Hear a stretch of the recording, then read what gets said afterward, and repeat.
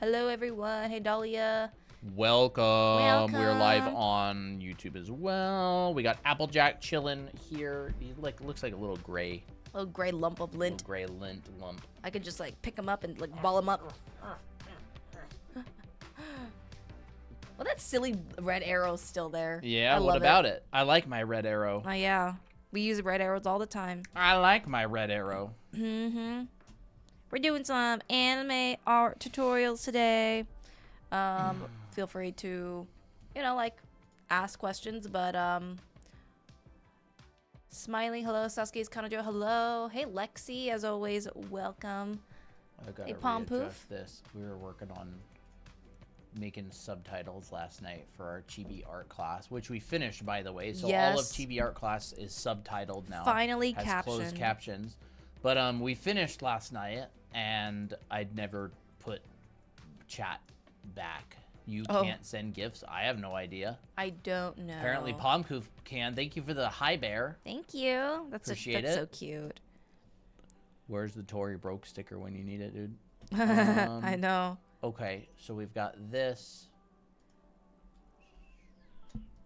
It won't let me click on it. I have no clue. Maybe it's because of TikTok glitching. is Busted. busted lately. Mm-hmm. Absolutely busted. You know, I need to draw like Taco prettier eater. pictures. Taco eater, yummy.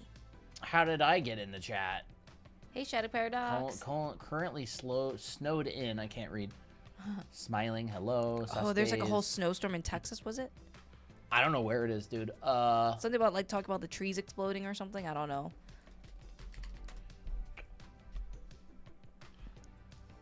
Hello, hello. Thank you for the follows, guys. We barely even started. I'm literally just drawing a bald head and we already got follows. Very That's nice. crazy. Very nice. Yeah, even TikTok's glitchy because it says with the viewers we have like 0, but we clearly have 8 viewers on here. What? It says the eyes, we're at 0. Oh, total views. Total views. And it's all like weird. Yeah, this is all Hey, Gabby. screwed up, dude. TikTok is screwed up today. Yeah. Thank you, CE Animation. I love anime. We love anime too. Anime is a really great style. Cinemation. Cinemation? Got it to work. Awesome, Dahlia. What did you do to get it to work? Don't mind me while I just draw Miki right now for a little bit. For good luck, because we need the luck. Weird. Mickey will steal our bad luck. Yeah. And she'll put all the bad luck onto herself. You left and rejoined. Okay, you left and rejoined. Well, that's a good problem to solve for later. Didn't mean to do that. How do I get rid of these emotes, dude? There it is. Ah, left and rejoined. That seems to do the trick. Thank you Nice. for the finger hearts. For some reason, your finger heart came out above what Pompoof sent, even though Pompoof sent that way before you. Hey, Fox. Interesting. Hey, Fox, Gabriel, Gabby. So last time on Dry Anime Academy, we did Draw Me, which was really fun. But we're back with our tutorial streams for a bit. That's so cool. First time to see anime art tutorials on live. Yeah, feel free to ask any questions. Hello. We do this for a living, and we're our teachers. Every time I screw up when I draw hair on both male and female characters. Interesting. Do you want us to talk about that? Yeah. Draw Anime Academy plays Bloxburg. Oh, Is that some sort of That's like- Roblox brain rot?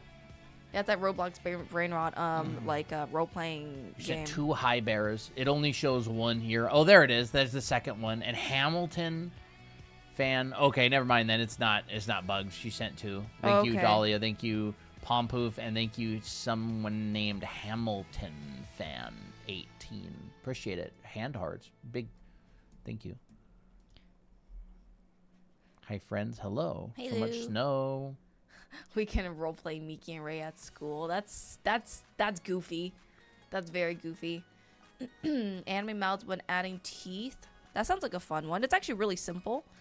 If you know how to draw cylinders, you can get that. You can get started off with that. You know, because yeah, I guess I'll just kind of start here, and then we could talk about some hair if you want. Mickey purple drink. Mickey purple drink. How to draw full body easily. If we Yes, we can get to that. So we want to keep the energy Dude, look up. at this concoction. Let's test it out. So if you can draw a cylinder in any angle, you basically know how to draw teeth and also add a mouth on it. So like one exercise that you can do is you can draw cylinders. Ooh, that's not a very good cylinder. In different angles. You know, looking down, looking up, whichever, in whatever perspective. And then you can just draw like really simple wrapping lines around. Just draw through this. So like let's say you have this cylinder. You basically imagine the wrapping lines over this, right? These lines kind of have to match these lines right here. You're not doing like these like weird wrapping lines, although that looks good too. And then basically your teeth. What do you mean by weird Like, wrapping lines? like that- ones that aren't matched up with the cylinder? Yeah, ones that aren't matched up with the cylinder, like in a complete different perspective or Yeah. something like this. That wouldn't really fit. So just for the sake of this exercise, you want to make sure that these lines are matching. And then here's a row of teeth. Let's go. Let's go. Here's a row of teeth. And then with teeth as well, you're kind of seeing like a partial cylinder. So you're also seeing this underside right here. There's your molars. So there's your top row of teeth. And then your bottom row of teeth can be down here if we're looking up at this this row of teeth, right? And then you can basically wrap your mouth around this. Picky boy? What? How do you say that exactly? Hello, Cassie, Foxy, Molly. Hello, Molly Ambaz. Benji, hello. Hello. Thata, Nori, Chikawa forever. You'd be friends with Tori. You would. Beta Fitness. Oh, there's a mouth with teeth in it. What? What big teeth you have. My goodness. Yeah, I mean, like, That could work, you know. Where's my skull? Here it is. Yeah, if you look at how teeth are, if you look at it from below, it's literally a cylinder, right? Like, Yep. it's just kind of a loop. So when the mouth is open, it hinges from The back jaw, here, back right there. there. It does not hinge from the back of the teeth. It hinges from where the jaw connects. You can see that. Yep. So when you're drawing teeth, just remember that, what? That's weird. If you've got like a cylinder, you can even simplify it into this. They are not going to hinge from right here. It does not work like that. Right? So you go, I don't know, you don't want to draw teeth like this, so I'll just draw like a Or little else you have edge. no space for your tongue. Yeah. And that's a problem. Right, we don't want that. Yeah, we don't want that. Those are those weird, like, clacky teeth toys. Yeah. Do they have like feet? Ew, that's gross. Maybe not. Maybe they don't have feet. Do I they have think like a little wind up They have like a little thing? wind up, and then I think they go like just on the table or Okay. something. Yeah. So they actually hinge from further back. So when you're like drawing an open mouth or something, you can go, you know, what I like to do is I'll draw like a line and then I'll pull out in perspective Hey, Toby. and I'll pull this around here, right? So that can be like the top row of teeth. And now if you really want, you can kind of Separate and add the gums. like add some of the gums if you want. But remember, like this is going to be wrapping around, so you can put a little guideline Hey, Tira. to be able to track things in perspective. You know who does this pretty well? I actually Yeah, think you can do that. My Hero Academia does this pretty well. Yep. And then just remember that, like, you know, I mean, the head would be very tilted up right now, but like your hinge is going to be way back here. Mm-hmm. So, you know, we'll have maybe something more like this. So again, center line, and we can kind of pull that around there. Like that. And these are basically half cylinders, or like little pucks, like little sections of pucks. Like that. So, Yeah. and then, you know, you can show that. You'll have molars. Like a lot of the time I'll notice people will kind of just do like that. And then maybe around this part, Got a canine. you can imply a little bit of a canine if you want. And then, you know, you can do that down here as well. Draw Anime Academy and warm peppermint tea, my 2 favorite things on a cold night. You know, that's so cozy. So that's pretty fun. You know? Maybe we'll just do this. You can kind of turn any... Like, you remember what we were talking about on the other stream where we kind of drew, like, a line? Yeah. And then we drew, like, sheets of paper along that line. And then we went here and out here, and we could go, here's a sheet of paper. Right? Like, we're starting off thinking very... simply. Like, you're literally just thinking, this is a line, and now this is like my gesture, and then I'm gonna put some sheets of paper on it, and as these go down, like, these sheets of paper are in perspective. Oh, they kind of look like braces. Yeah. And then, you know, we could intersect other sheets of paper like this, and this sort of became our foundation for... Do I have it? I don't know. You have to go recovered. Form drawing containers? Nope, it's not in that file. Genshin style study, Hunt Thousand Heads. I don't think it's in here. Like the hands one, right? Yeah, it's very similar to that. Very similar. Very similar. Lots of people break down things using paper, just because it's like a very simple, flexible thing that you can use, right? Like, if I want a piece of paper, I can bend it. I can curl it like this. You can make an argument for that. I can make it angular, flat. I can make it angular. And then, like, this allows us to, like, build from it. It's almost like a little, I don't know, like 3D modeling or something. You could just, like, build something out of it by... Like the cheese wedge. Yeah, like, you know, cheese or whatever. It doesn't really matter. So, like, with the teeth... I'll start with, like, the simplest possible thing that I can think of, right? Like a line. And then this is like, this goes in 2D. Like, this is a 2-dimensional, or I guess more like 3D, but like, it's all you have to do is just draw a straight line. And then you could just draw a third coming out of it. And that's what I can I can turn this into a 3D volume. So like no matter where I want to put that puck, I can do here. I could do here, right? I could do here.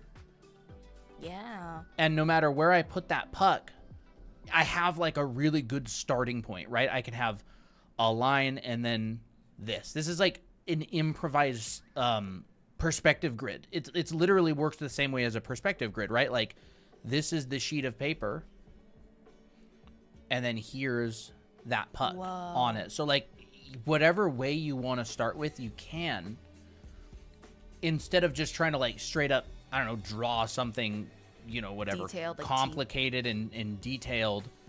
You can start with something really simple, and then you can use that as the underdrawing and the sketch, and you can just go like, okay, we've got this, we've got that coming out of there, we've got like, right, the gums. Yeah, we got some questions. Do you guys go live every day? Mostly. Most days, yes. Mostly live every day, right? Mm-hmm. And you can obviously look at reference, and then the reference would help you even more. What's up? Are these streams saved anywhere? Yes. On YouTube. Our YouTube is Draw Anime Academy as well. We're live on YouTube right now, so you can go back up the stream. But like, this isn't just like for drawing teeth. This is for drawing anything. Is you can always find one of the edges of something. Like, let's just say, okay, we do that. Maybe this would be my brow ridge. Right? You can come out and build this out in perspective from something like that. And then here's the side plane of my head. Here's this. My nose can come down like this. Center line of my face. Build it out.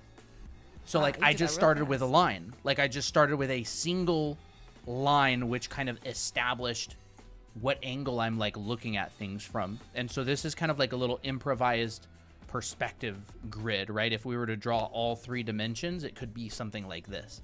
You got like your Y, maybe your Z, and your X axis. And if this were like a 3-dimensional space, that's why dimensional drawing is so important, right? It's like a 3-dimensional space. Like an egg, or I guess a sphere. Like that, right? And so that first line is just me establishing one of those dimensions. and my second line is me establishing a second dimension.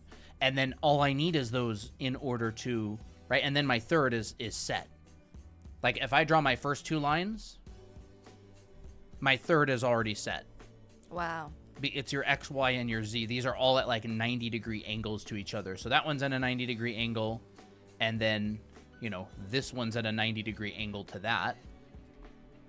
And so it's similar to drawing like a box. So it's just like, boom. Mm-hmm. And so when I draw something simply like a pair of teeth or a chain or a head or whatever, I'll just start with that line, and then I'll just make a 90-degree angle to that line in like perspective. There's my X, Y, and Z. Teeth. Boop. Looking up at it. Just like that. And then we could make another one, and it could go, you know, maybe we have like a really wide open mouth or something, and it would be like that. I'm sure you've been told 1,000 times, but these are so helpful. Much love. Thank you, Daisy. Thank you. Appreciate it. Like this. So it's one of the most important things to start learning how to draw 3-dimensionally, because everything is in 3D. Like anything you want to draw is 3D. It's all 3D. Yep. There's very few things you will ever draw that don't have some sort of 3-dimensionality to it, even if you're working in like a really cartoony style. So it's one of the most worthwhile investments to learn how to approach things from a 3-dimensional standpoint. And you know, I mean, all of these heads and everything, like they're all considered in 3D. Like all of this stuff, all of the hair, you know, whenever hair is getting drawn, it's like whatever, like this, right? This is 3D. An idea of like the wrapping lines of this volume. And then if we have like another piece, it could be like this goes under there, this goes over there. How do you know the third line is? Because you could make it wonky and the whole drawing becomes distorted. Yeah, that's the hard part. Is it requires a lot of practice, and I talk about this on stream here and there. But what you really want to do is there's kind of like intuitive and technical perspective. There's the technical part, which is like a horizon line, a vanishing point, and you're like dragging out, right? Like I do this quite a lot on stream, but you know, you draw a rectangle. These are perfectly vertical. These are perfectly horizontal. This would be 1-point perspective. You have your vanishing point, and then all of these lines would connect to it. So in terms of 1-point perspective, if you want to draw these teeth, this would be perfectly vertical. This would be coming out like this, and this one would be perfectly horizontal. And then if you want to draw your teeth out, it would be like... That's a center line. Yeah, like this. And if it's in 1-point perspective, it'd sort of look like that. So all of these would be perfectly vertical. Now, if this was in 2-point perspective, you'd have a vanishing point, and this may be your center line. This would be... So this would be an X and a Z. And then your Y would be perfectly straight up and down as well. Mm-hmm. So what would that look like on here? We could go like... So I'm drawing these teeth basically in 2-point perspective. And these are perfectly vertical. And then this one comes up. And it's kind of like that, right? So there's like those same teeth. Now, what I'm doing is I'm tilting this. So you do a whole bunch of 1, 2, and 3-point perspective. This is totally inaccurate, by the way. I didn't draw this right. It's kind of more like that by a lot. That's got to go to the this goes point to here, so it's got to go like that. But anyways, you know, just for the sake of the demonstration. And what I'm doing is I'm just doing tilted horizon. So you do a whole lot of 1, 2, and 3-point perspective. And then there's tilted horizon. So like, I don't know, this one... right here. Oops. Oh, I gotta reselect it. There we go. Let's just say like this one right here. I rotate it just a little bit. It would basically fit in there, because this is pretty much 2-point perspective right here, right? So like this stupid thing. This bottom one is just stuck right there. So let me just take this and take it down there. And so in reality, it would basically be, this would be a slightly tilted horizon. And then I would just have like this. And then Perspective can be weird. because it's rotated a little bit, right? You just remember that like your Y, it's 90-degree angle to your horizon. So this gets developed through a lot of practice doing this kind of stuff. And I know everybody's like, oh my gosh, I know how to do this kind of stuff. It's, you know, it's so see, this isn't really basic, that I accurate, know. but whatever. There. Yeah, and then you can just go joop, joop, joop, you know, joop. Do a whole bunch of this kind of stuff. Everybody thinks they're above it, but they're really not, because you want this to get so intuitive that you don't even have to think about it. Because like when you're drawing something, you're going, here's a dimension, and if I want this to be a not tilted horizon, it'd probably have to be like, I don't know, like this. And now this is vertical, and so we can go around this. Is anything smaller than a 13-inch tablet bad for drawing? Is anything below 13-inch too small? Nah. I mean, it just depends on what you're used to. Yeah. Like you've used a really small tablet before. I don't know what the dimensions Like are. that. So this is 2-point perspective. One vanishing point, another vanishing point, and then here's my verticals up and down. So like pretty much just 2-point perspective over and over and over again. I'm just drawing it at different angles, so I would also recommend just drawing a bunch of boxes in 2-point perspective. Here, we'll not make it 3. We'll make it true 2-point perspective. 2-point perspective. You know, use draw through. Draw through. Over and over and over and over and over. I wish I had some of those demos. Where heck are Because they, you don't dude? save them out. They're all untitled. Stuffed animals. Oh, here. This was the chain demo. So you can see lightly. This is where I started with that. So like I started with that one sheet of paper. Well, Another thank you, sheet yeah. of paper.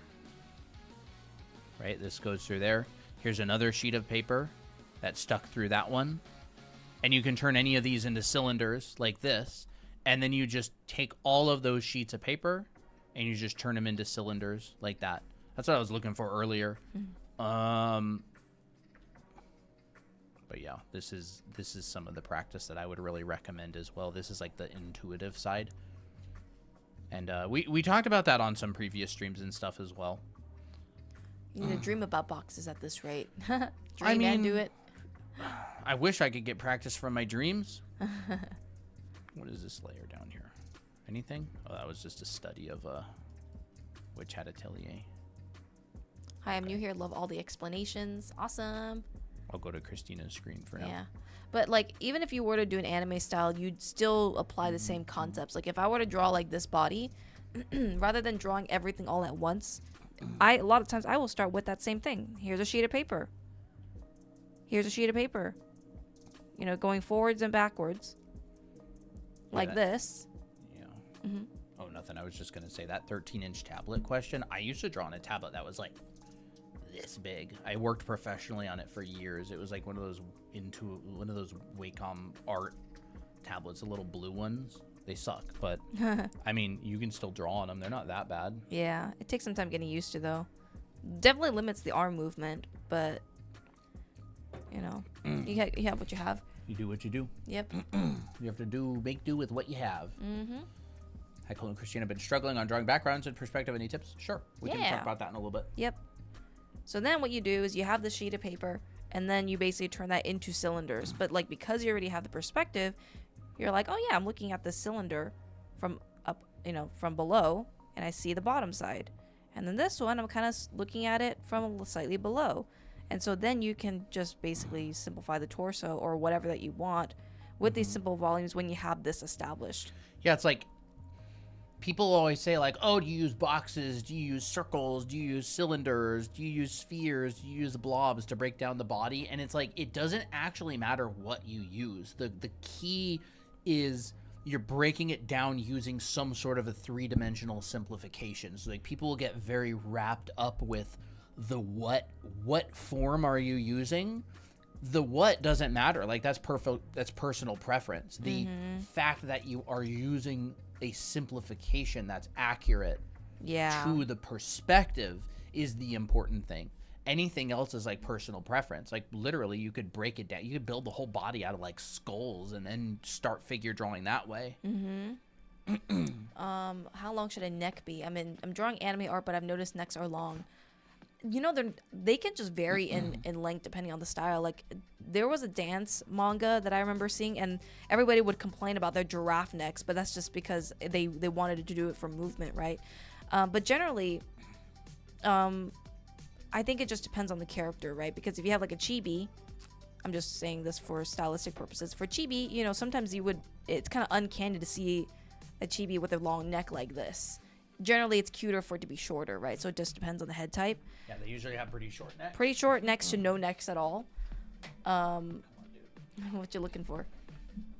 If you want like a more proportional, realistic head measurement, oh yep, pretty short neck here. Yes, exactly. Yep.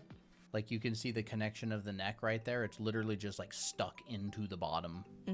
Was it Welcome to the Ballroom anime? Yes, it was, Benji. You know your stuff. I love that anime. But yeah, a little bit. But like if it's a more proportional, realistic head, the neck would basically be from the nose to the bottom of the neck is like 1 hand tall. So you can just say your whole head to your neck is 2 hands tall. You know, that's another proportional method that you can use. And then, this is why bodies are very tricky, is because when you're drawing this in different angles, there's foreshortening involved, which could make the neck shorter or longer depending on where it is. If you have like someone, if you're looking up at someone like this, come on. If you're looking up at someone like this and then their head is up here, the neck will appear shorter because of that foreshortening. Like this is blocking the neck. So like a shorter neck would make sense for this kind of angle, if that makes sense. I love drawing anime style, but when I study real human references, I always get confused because of the different proportions. That's why I always use real proportions and then modify them to the anime style. I go reverse. I don't go from anime to real. I go from real to anime. But actually, for the most part, most anime bodies are very similar to realistic proportions. Their shapes are slightly different.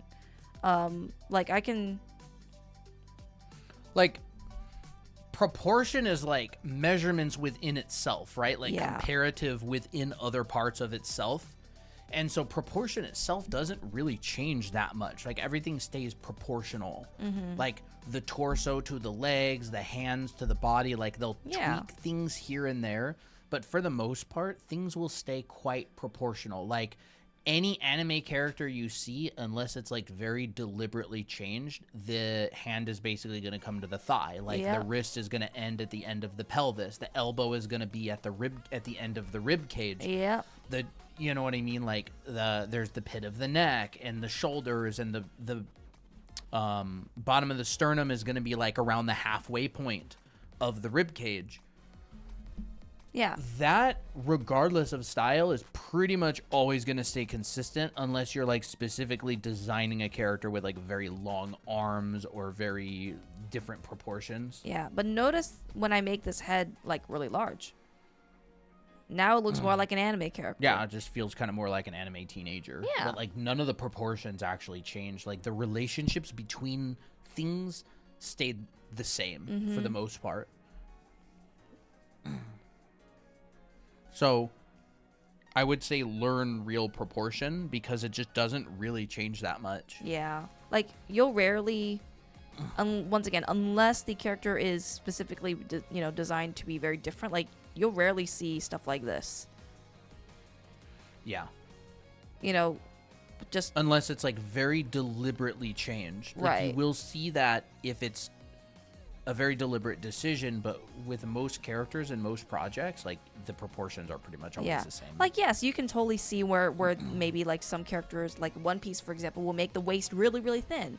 But, you know, you look at all their landmarks. Their landmarks are all basically the same thing, same place. Their hands are still by their thighs. Their heads are relatively pretty proportional to their bodies. It's not like super out of proportion where it's like not really. The elbow's still usually Yeah. at the bottom of the rib cage. It may be like a little further, a little less far, depending on the exact style. But Yeah. like, it's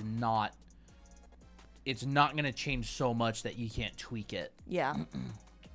Generally, you know. Keyboard artist. Hey, yo. If you want to talk about backgrounds, feel free. I mean, let me think. Yeah, no problem. I'm just thinking of how to approach it. There's kind of a... So are you wanting to learn backgrounds because you want to be able to put a background behind a character? The So LFPs? I guess there's a couple of different ways you could approach backgrounds. So, because like at the end of the day, a background is really just a bunch of objects arranged, you know, into like a backdrop. You know, you could have buildings, you could have landscape, you could have trees. They're saying yes. Okay, so when it comes to a background behind a character, you will find that most of the time there's actually very minimal perspective, because when you're doing like a character illustration, the character is like the most important thing. So everything is going to go to support the character compositionally. So a lot of the time with backgrounds, you're going to end up seeing stuff like this. You know,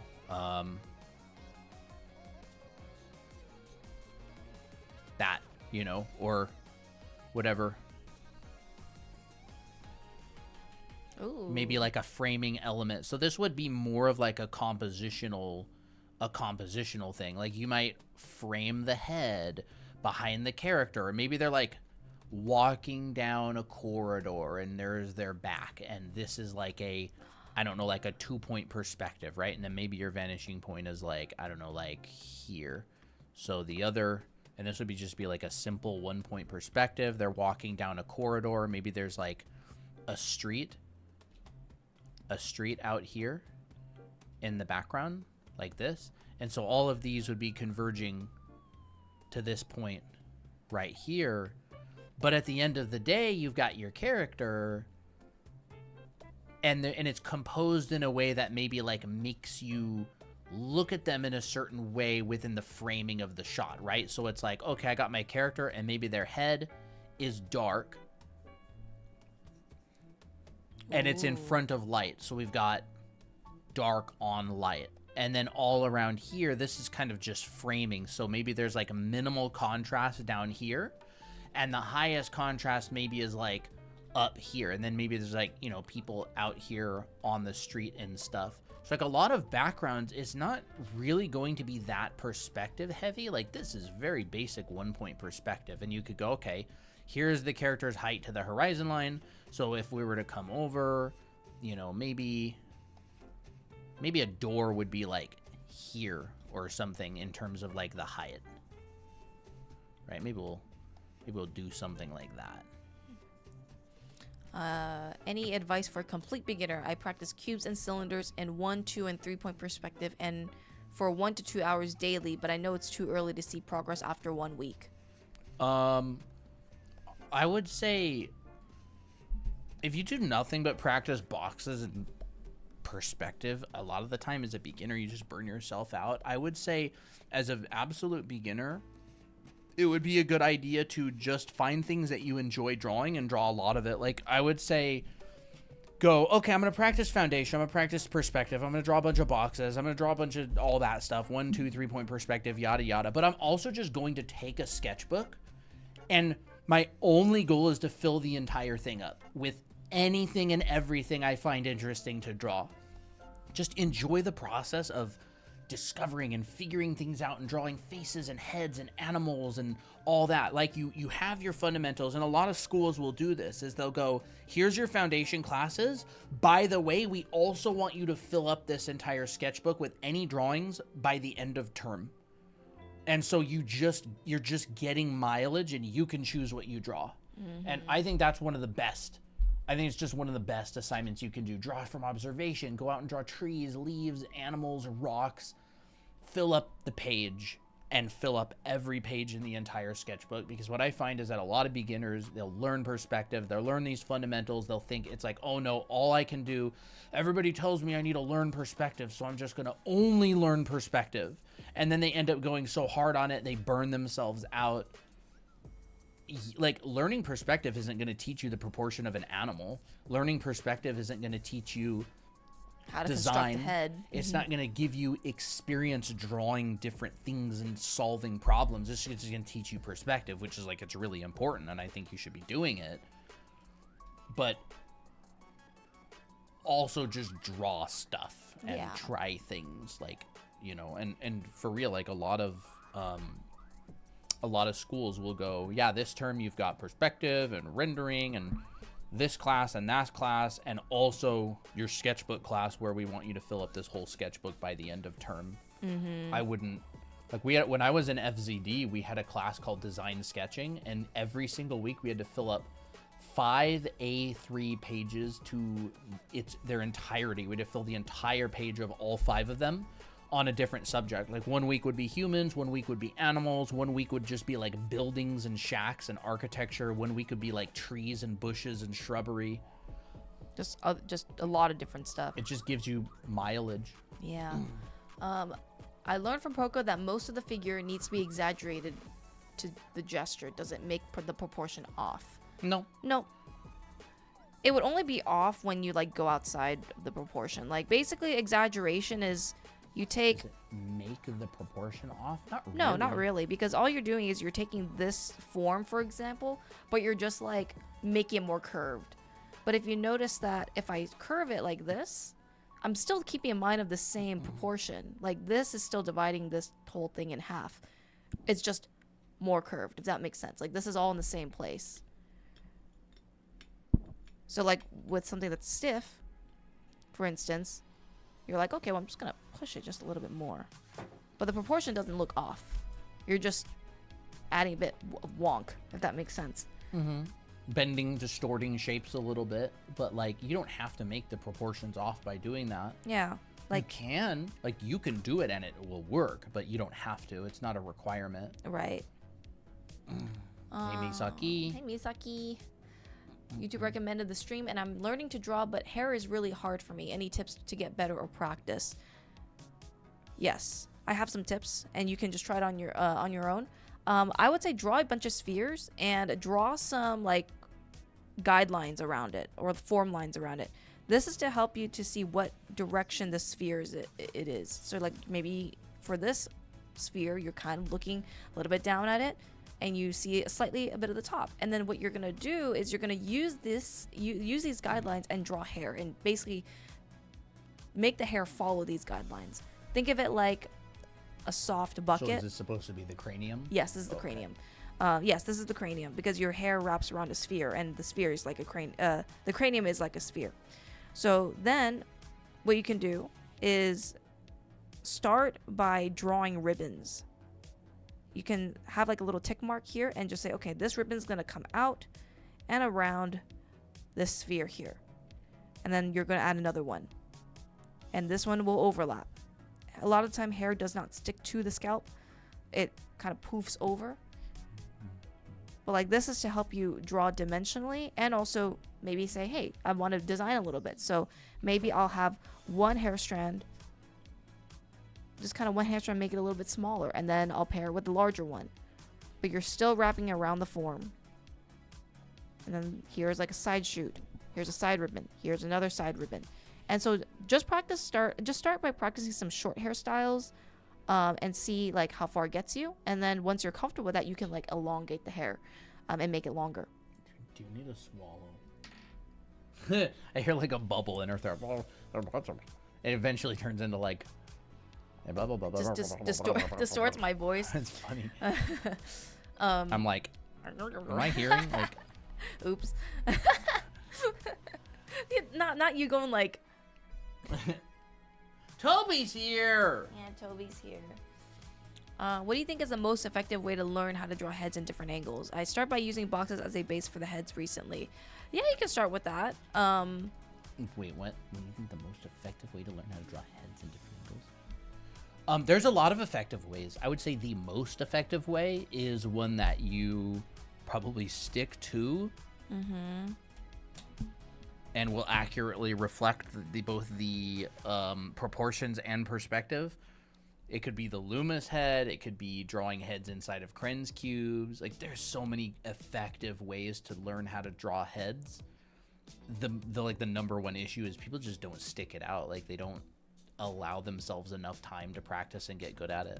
Yeah. But like, there's so many good methods. Like, I wouldn't necessarily say that there's the best. People will swear by all methods. Who's to say my swearing by a certain method is the right one? Yeah. I've seen people learn how to draw heads a lot of different ways, and with great success. I'm learning to draw anime. Hi, Lily. I'm learning to draw anime characters and graffiti alongside studying perspective. Is there anything else that would be useful to learn at the beginning besides perspective? Let me think. Is that card captor Sakura? Kind of It kind of similar. does. I drew Sakura not too long ago. Let me look. There it is. Wait, no, that's not it. Nope. The heck is it, dude? Here it is. I would say like design, but design comes with a lot of drawing experience and kind of like seeing what looks good. Because graffiti's design, right? Graffiti is like you're stretching and distorting proportions of words or whatever that you want to like spray paint. I don't really know I what think that's graffiti the that only you time want. I drew her. Oh yeah, really? There's- I thought you drawn her a few more times than this. Maybe somewhere else. I actually don't know now that I think about it. Did I? I don't see it anywhere else. No, I think those are the only times.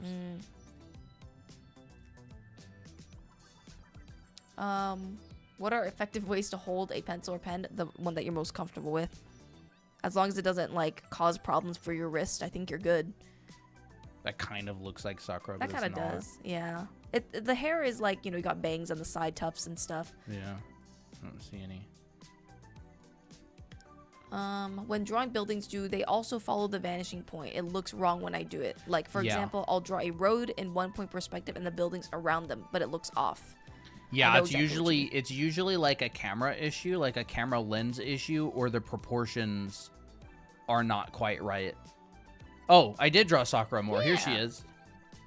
There's that one and that one and that one. Oh, that one's so That one cute. doesn't really capture her likeness quite as well, but the other ones kind of do. I think that's it. Yeah, like 1 point perspective is really tricky to draw buildings and roads in because you have to make sure that like your proportion, like the measurements of like the sidewalk, because like rarely do buildings come up to the road, right? And another thing is that 1 point perspective is really limited. You can only get about a 50-degree field of vision in 1 point perspective before it starts breaking. So if you want to show like a wider, larger area, you might have to switch to a wider lens, which might curve a little bit. So just be aware that you can't really do too much with 1 point perspective before it starts breaking. So like you're not looking very wide. Like if you're looking down this road, you're looking down it, and on the sides, if you start zooming out too far, you get some really extreme distortion. So if you're beginner in perspective, it's really easy to bump into the sides of what you can get away with and not realize it. Like, I think sometimes the box can look like this. And like, Yeah. even though that's technically I mean, that's 2 point constructed correct- perspective. that is 2 point perspective. But But yes, that's true. even though it's technically constructed correctly, it's not natural because the world doesn't work like that. Yeah. Well, Like- what's a wonky 1 point perspective, anyways? I mean, let me see if I'll cook up something. You draw something in the meantime if you Yeah. want. So So drawing while learning new things is the best learning method. I mean, I don't know what the best learning method is, but I can assure you it will involve drawing a lot. Yeah, If you want to learn drawing, like it's how going to involve drawing. most for of the time sure. how you learn is you just draw a bunch of stuff. You take classes. We have classes available.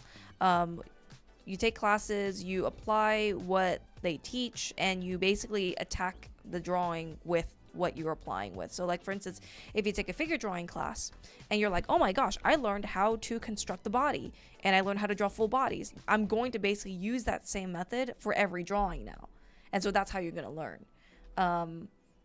You know, if you're like, oh, I'm studying this person's style or this person's way of drawing hair and the tips that they do, well, I'm going to apply it to my own drawing a million times and see what happens. That's a lot of the time the drawing experience. It's not like it's not like let me think. It's not like the set thing that you do, if that makes sense. You're trying to find a better way to explain it. I wasn't paying attention. I was drawing. Oh, okay. So I can't chime in. No, it's fine. I think a lot of the time the expectation of practicing drawing is, so I just draw boxes, 100 boxes, and that's it. I can move on.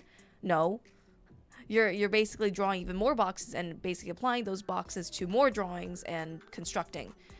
It's a very active process of learning. Yes. It's constantly evolving. One of the exercises that we like to talk about is form drawing, which is like you're drawing just like a random blob, like just thinking about the shape, and then you're like, okay, well, what direction am I drawing this in? And then you take inspiration from your perspective classes, and you're like, okay, yeah, I know this is where my center line is, or wherever you want it to be. You know what that feels like to me? What? A dinosaur? I'm kidding. Yeah, literally. Except I feel like this part would kind of go like that. Yeah. My favorite practice is one that's like multitasking. So each step is like a learning process, if that makes sense. For instance, I think one of the great ways is drawing people in clothes. So like for me, I will take each step and construct it carefully. If I'm drawing a pose, I'm like, okay, I'm gonna draw my proportions. I know what my proportions are. I'm going to apply that, and that's like step one. Let me just draw like a simple pose here for it real quick. And so I'm like, this step is purely for proportion and gesture, and I just want to get that figured out. And so like once my proportion is set up, then I'm like, okay, the next step I'm gonna practice is, what are the forms? So okay, well, I want my forms to be like this. I want to look up at this rib cage, and I want to look a bit down at this pelvis. Oh, now I'm practicing my form drawing. Here's the cylinder for my arm. Okay, so is that going back or coming towards us? Oops. That, I think it would probably be better if it came away went away from us. I just couldn't tell. I didn't know if you're drawing through or not. It's actually better away. And then this one comes towards us. So like you're thinking about this in every situation. So each step is a learning process. Or each step is a process that you see through to completion. Yes. And the more times you see these things through to completion, the better you will get at them, and the more shorthand you will be able to use, or the quicker you'll be able to do it, especially if you practice speeding up. Like, you can only get fast at things by practicing them a lot. Yeah. And so now the next step after my volume is okay, I'm going to add some muscle on top, because I want this to feel, I mean, this already looks like a person, but maybe I want to add some muscle definition and show some body type. And so like that's another. Where that foot is going. Which one? This one? That one. This one? It's like floating off. It is kind of floating off. I'm not drawing this very carefully. No, it's all good. It's just a little demo. I'll do this. That's better. It's like one of those mannequins in the mall now. I know. That's mannequins in the mall. And so now you're like, okay, actually solving these problems. Like, don't be like me. But no, like literally, like be like that. That's true. Like look at it and go, I'm gonna actually focus on modifying and fixing the things that I don't like. Like if she doesn't like something about it, she's not just gonna be like, whatever. Not gonna fix it. She actually fixes them, and she actually goes through and like resolves this. Yeah. And you can fix it in a later stage for sure. Yeah. Like, let me just save this. That's one way, is like correcting and seeing what you did that you want to do better later. Yeah. And then so on and so forth. So you're like, okay, well, how can I continue building this figure and learning new skills? Well, now let's say, okay, I want to turn this into a proper toned body with some muscle added to it. So now I'm like, okay, now I'm going to study some anatomy. I'm going to look up some basic torso muscles, even something like this. And you're like, okay, well now what forms can I add on top of this to make this feel more like a person with muscle? Well, I know my deltoid comes out here, and that's also form. So now you're like, okay, this is affecting the form. Here's where it ends. So what the muscles really do is they will be modifiers. They will change the forms of these simple volumes. Like she'll simplify the arm into a cylinder, and then adding the muscles on top will modify the cylinder, but it will still stay a cylinder for the most part. Yeah, exactly. Like that's that simple underlying principle. Like the wrapping lines will still go the same way. Look at that. Here's a wrapping line. Here's a wrapping line. It matches the cylinder. Yeah. And so like when you hear a lot of professional artists saying anatomy is not that important, they're talking about really refined, like this stuff that's not really that important. The cylinders underneath and everything Christina's done up to this point is much more important to establish than go, oh, there's a little bump here. Yeah. Oh, there's a little bump there. I actually want this to be a girl, so I'm not going to make this a boy. You want this to what? I want this to be a boy, and not a boy, a girl instead. So then, that would also change the forms a little bit. Like maybe I'd change the hips a little bit and add the stuff accordingly. But like all this is just you're continuing to add on to your practice. And so this whole entire figure, I've multitasked. I've learned multiple skills with this one figure. And then you do this like 50 times, 100 times. Let's make her decent. There we go. Could have been Maki. What is that? Who that, bro? Huh? What brush? This brush you can get on our website for free, drawanime.com. It is also in our bio. It is the green button. Download it outside of TikTok, or also you'll just see a bunch of numbers. Did you mistype Maki edit? Oh, that's from Jujutsu Kaisen, I think. Oh, I don't watch Jujutsu And she's like a Kaisen. muscle mommy. That's all I know. And so now I will send you Maki edits. Please don't. He's never gonna look at them. And then he's gonna be like, oh, fine. I won't. I won't say, fine. Sometimes I will with certain things. But I don't really care that much about anime edits. And, yeah. And so I'm doing this really quickly, so there's like a lot of mistakes that I'm making, but like you would have to fix these later on. Like here, I'd rather just kind of simplify a little bit more. And then, okay, well now let's say, pretend that this is like a fully established body. Now you're like, well, I'm gonna add clothes now. And yes, even though you did all this work only for you to cover it up, it's still practice, right? It's still practice, so you still can use this and say, okay, now I'm gonna study clothes on this mannequin. How would all this stuff work? Like, how would the folds work? So what are those X's? Tension points, I should have said. Okay. So these are tension points. So if you're like studying clothing, you would know where are your tension points, where are your compression areas. Tension is just where the cloth starts to hang off and basically radiate to. And compression is just excess fabric that like bunches up. So you'll have a lot of this happening, which are compression. This is just a demonstration. And then these ones, the ones where you'll see a lot of radiating lines that are straighter and more have a direction to them, those are tension. Compression, tension.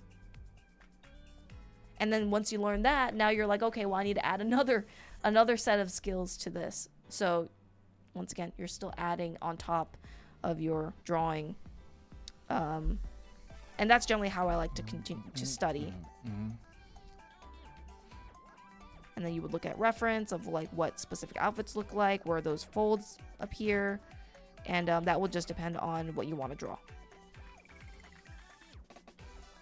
So maybe I'll do like a crop turtleneck of some sort.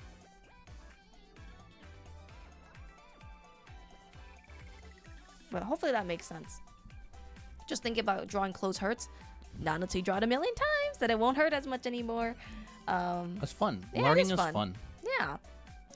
Where should you utilize compression or tension when adding folds? Let's look up a reference, and then I'll kind of show you how I identify them and where you'd put them. Most of the time, most clothing will have like similar areas of tension and compression. I think this is pretty good. So here's like a blazer. Hopefully this isn't too blurry. I want you to look in just in this arm right here. Where's some tension and where's compression? Here I'm noticing because this arm is moving and there's like these really kind of straighter folds going to this area, there's tension right there. And sometimes the tension and compression can kind of mix together, but most of the compression will be in here because there's a lot of excess fabric that's bunching together. So here's more of that like zigzaggy diamond shape. So here there's tension and compression right in here. A lot of compression likes to happen in the joints, and a lot of tension likes to happen around like areas where things hang off, if that makes sense.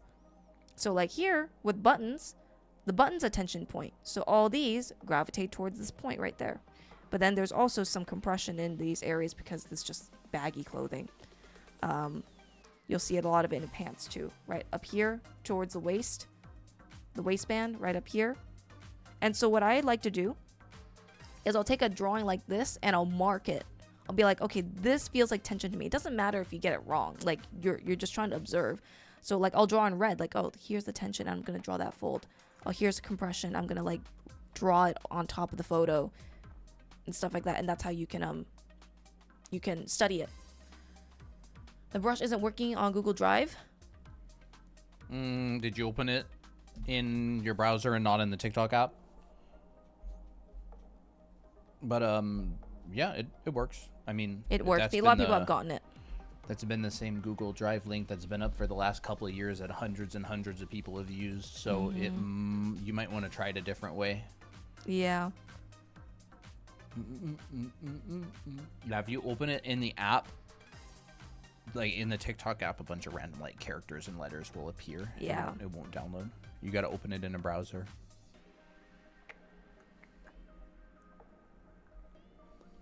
So like for me, if I were to study this, it's just an arm here. I would just simplify this and this into cylinders. Find the perspective of those cylinders.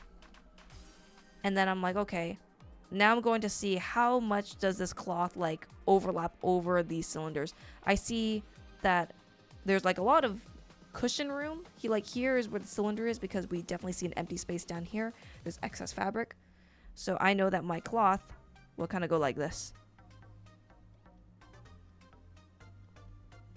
And here, I'm noticing this little triangle right here. There's excess fabric. So it'll look like this to me. And then now you're starting to see the cloth form. And everything else happens just like through physics. So now you're like, okay, based on this study, here's my sleeve. All of this radiating from the seam line. And it's wrapping around the elbow. So these are tension folds. Towards this area is where compression happens because these two cylinders are meeting, and so they're squishing the fabric. And so you're like, okay, I'm going to add these specific folds, like this kind of pinch in here. Boop, boop. I see a half lock. Yes, there is a half lock right there. The half lock kind of looks like a little eye. It kind of looks like this. A loop. Loop like that. It's like a little cylinder that squishes. Mm-hmm. Well, all folds go into cylinders, basically. Mm-hmm. They all have to round over, like they have to loop over. Yep. So look at them as cylinders. Especially if it's a soft fabric, like a thicker or softer fabric, you get a lot of cylinders. Like if you look at hoodies, if you look at any of that kind of thing. Yes. I feel like using real examples is always a good idea. Yep. That's how you learn. That's how you observe these folds. I can't think of any other examples other than real examples. Yeah. I mean, unless you're talking about like somebody else's drawing or something, which I think is really useful as well. I mean, a lot of the time artists will simplify things. Real examples can be really complicated for beginners sometimes. But I think it is good to study from. I think soft clothes are actually one of the best to study for beginners because the folds tend to be really obvious. Like a sweatshirt or a hoodie, you get really clear folds, clear without any like little wrinkles and stuff a lot of the time.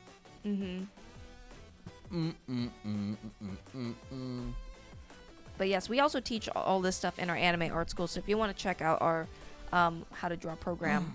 Yeah, I mean, if your dream is to make your own webcomic or manga and you want to learn the fundamentals, like in this case, clothing drawing, if you want to learn anatomy and figure drawing, if you want to learn lighting, rendering, color theory, background drawing, perspective, painting, all that kind of stuff, we have an online school that teaches all that kind of stuff. And it's specifically built for people who want to learn the fundamentals, who are eventually wanting to learn their own or make their own comics and comic, stories. webcomic, manga, stuff like that.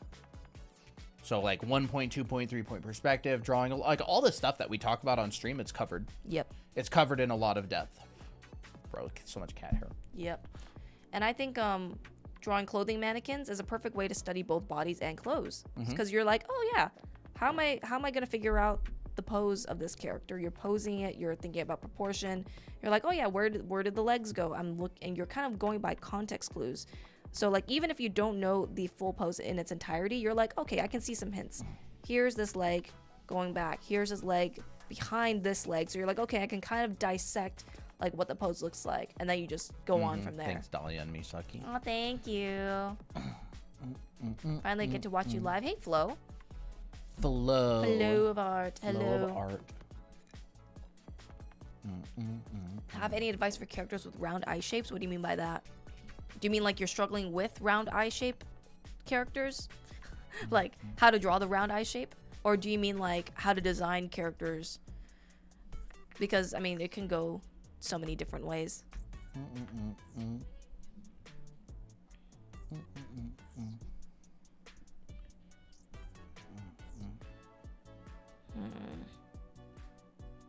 I'll turn this into a dress instead.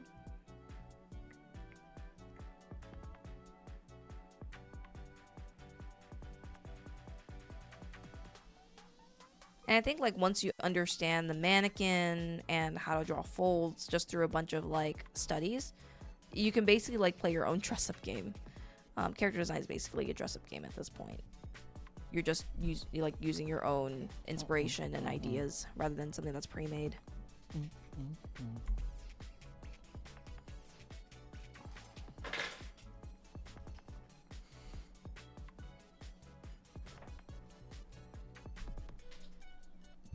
There we go. Bum, bum, bum, bum. Is this an everything stream? It's whatever we feel like covering stream. Yep. What am I at? 340. 340, nice. Thank you, Misaki. How do you draw your hair? What do you mean by my hair? Do you mean like my hair, my current hair, or Colton's lovely hair? Are you all right? Yep. She's been inhaling her spit a lot today. I do that sometimes. Your hair. Okay. If I were to draw my hair, I'll draw it on this mannequin right here. That's cute. Yep. Colton's hair. Christina's hair? Yeah. It's a center part. One side's a little bit like bulkier. I need to see your hair.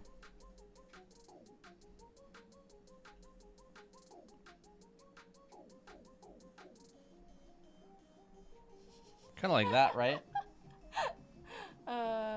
You got this going back there. Yeah, I do have like a strand going back there. It's basically just going to be that, but this is going to follow the form.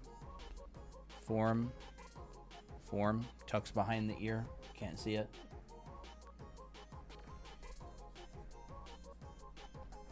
There, like that. I mean, you could like redraw the whole face and everything too. Yep.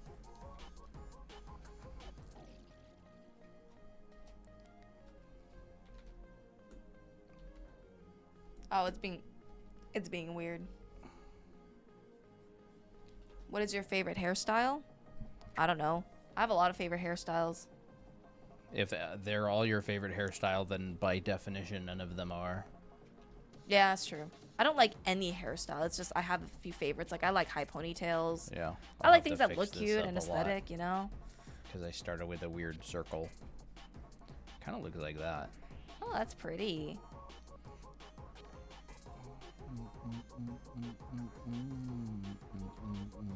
Yeah, the round shape, I always make the eyeball way too big.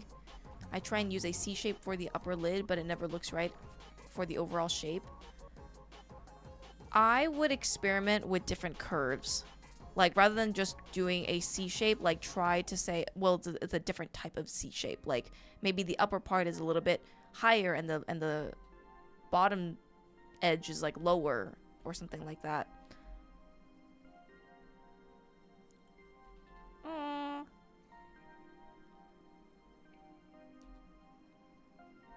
I have interesting eyebrows, don't you think? Very much.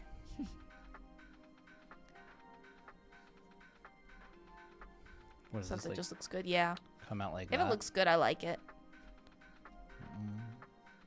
There you go. I worked a weird way for this. Hi, any tips on drawing using a computer mouse? I mean, it's the same drawing foundation as everything else. All these were drawn on the mouse. MS Paint with the mouse. I mean, it's the same foundation, right? So, like, if you want to draw a box, you can have, like, 2-point perspective. It's pretty hard to draw with MS Paint. I mean, I wouldn't say it's harder. It's just not as... There's not as many, like, things with it. You can actually make the brush bigger and smaller now. You have layers in MS Paint, too. So, like, if you want to draw something in MS Paint... Or not in... What was it? The mouse, not in MS Paint. It's the same principles, right? Like, drawing a square is 4 straight lines that are perpendicular to each other. Drawing a circle, that's not too bad of a circle with the mouse. Yeah. Let me try again. Goes. Gets a little wonky over towards that side. Maybe I'll... It's kind of a wonky one as well. It is hard to draw with the mouse. I feel like it's more harder than mobile because my lines is more wiggly. Yeah. I would use stabilization or use a mouse pad because, like, the mouse has resistance against the mouse pad. And so... But at the end of the day, like, it's the same foundations, right? A lot of people paint with the mouse. Not as many people draw with the mouse, but quite a few people will paint with the mouse. Because it just works really good. Like, your brain kind of treats it in, like, a different way.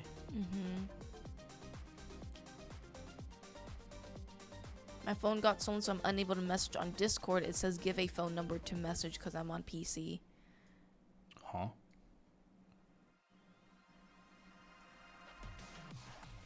I don't know. I really don't know how to draw the body sideways or angular. Can you help me since you're showing anatomy this video? What do you mean by angular? Do you mean like from that is not a side profile? That's more like a 3/4 angle?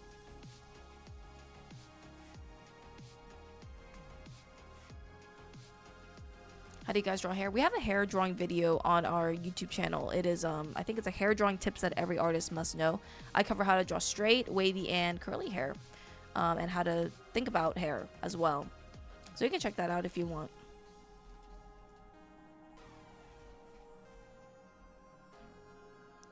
I kind of covered hair a little bit here, like how I would think about it. Just thinking about wrapping over the sphere and designing in clumps. 3/4 angle is significantly easier if you can get a side and front view down. Yeah, I would say because it's like a blend between the front and the side. Yeah. So like, you can think of the side view of a body like alternating rectangles. Like one angle is going this way, another angle is going this way. because of the spine. Right? Or like this. When someone's standing straight, notice how like the angle the rib cage is going upwards, and then the pelvis is going downwards. So then what you end up getting is something like this.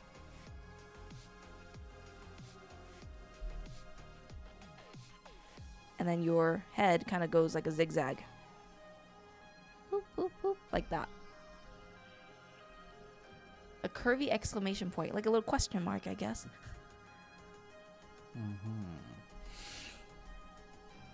Hair is kind of like clothes. It's not really anything without the body. Like if you had hair without the head, it would. Looks like a wig. Oh no. If you had hair without the cranium, it would kind of look like this. So just like clothes without a body would look like.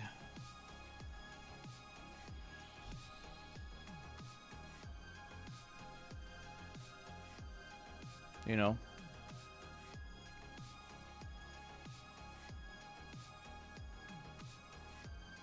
That is true. I like it. It's a pretty cool way to look at it. It's true. Like, how would the hair sit on our head if we didn't have a head?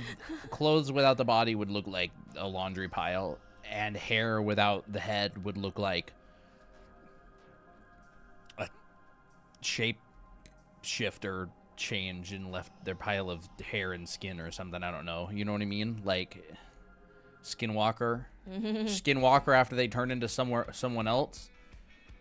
So we have to start off with a cranium for hair. Like that defines the forms that we're going to be working with, right? And so this is not a circle. I mean, it's not really a circle anyways, but I guess I could draw like a circle. Like this is not a circle. It's a sphere. Like it's a three-dimensional form that we're thinking about. So here is the front. If it has an arrow coming out of it,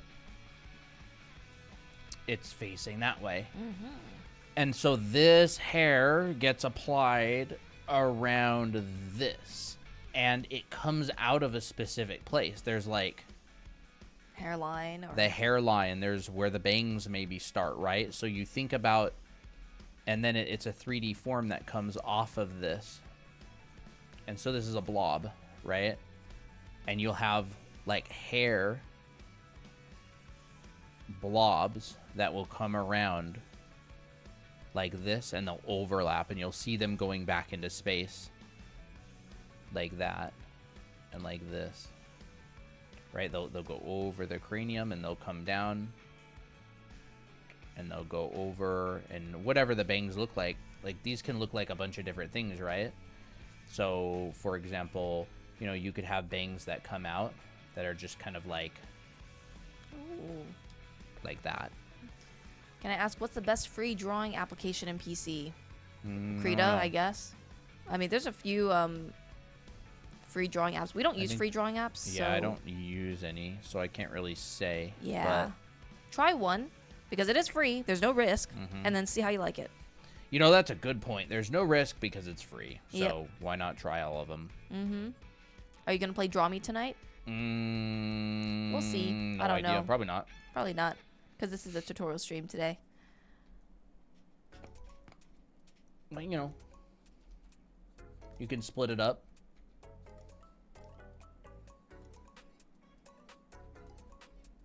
Bring it back to the base.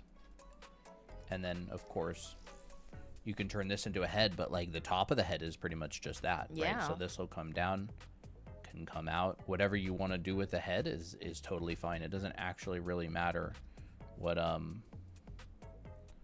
Ooh, that's perfect. what it's on. That's so good. You know, it can be on a head like this. Maybe we'll do like, Oh, that looks really nice. Fire Alpaca is cool. It may have a few problems, but it gets the job done. I haven't heard of Fire Alpaca in so long. is it? I guess Fire Alpaca is free. Yeah, you can draw it on heads like, Scene furry, hello. By the way, you never do full background or background element tutorials like clouds, mountains, or trees? Not really on stream. Nah. I mean, we have in the past.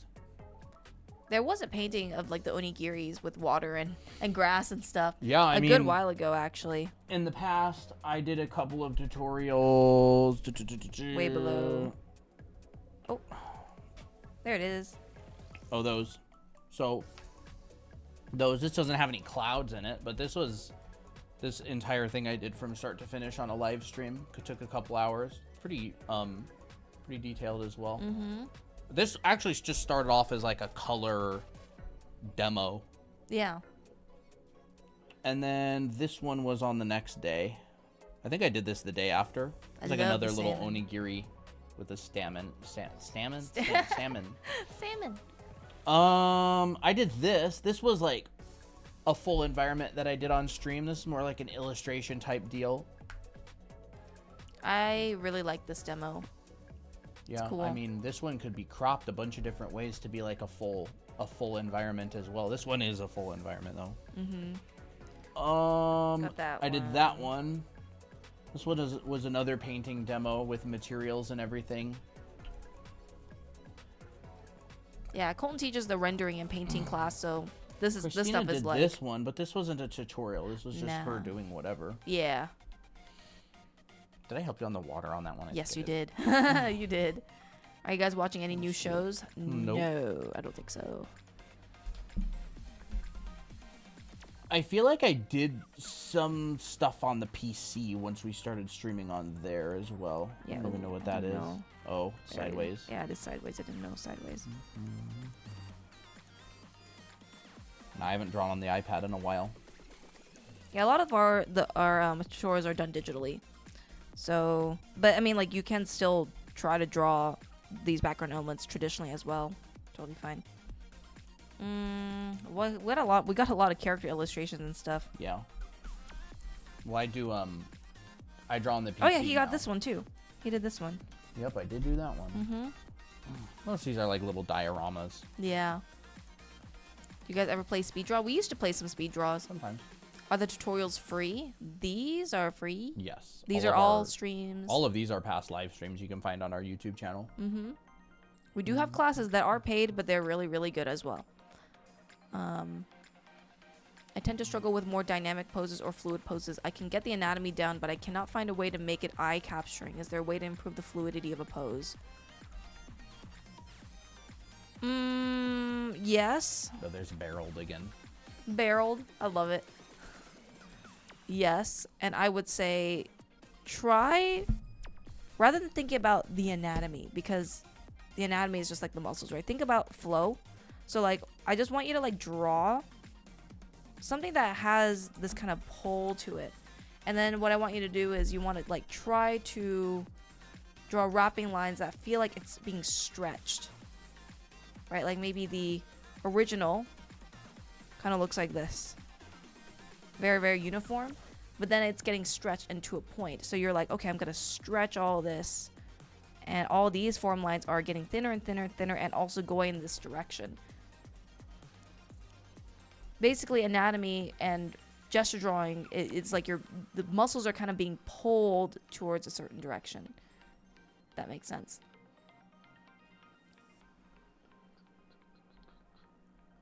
So like if I were to draw a character that is more dynamic, let's say fluid poses. I think dancing poses are a really good way to draw fluid poses, but you know, keep in mind, you know, what's your body doing? What's the overall flow of the pose? Like, is it going in a general S curve? Let me see here. You know what? Let me just look up a pose and we'll try to do a demo like that.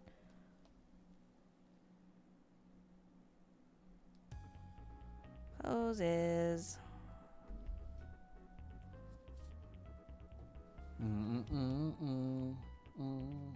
Honestly, Draw Me was really fun. It was really We're gonna be fun. doing that more real soon. It was fun. It was It was fun. funny. Like this pose, for example, pretty dynamic. Oh, it's getting blurry.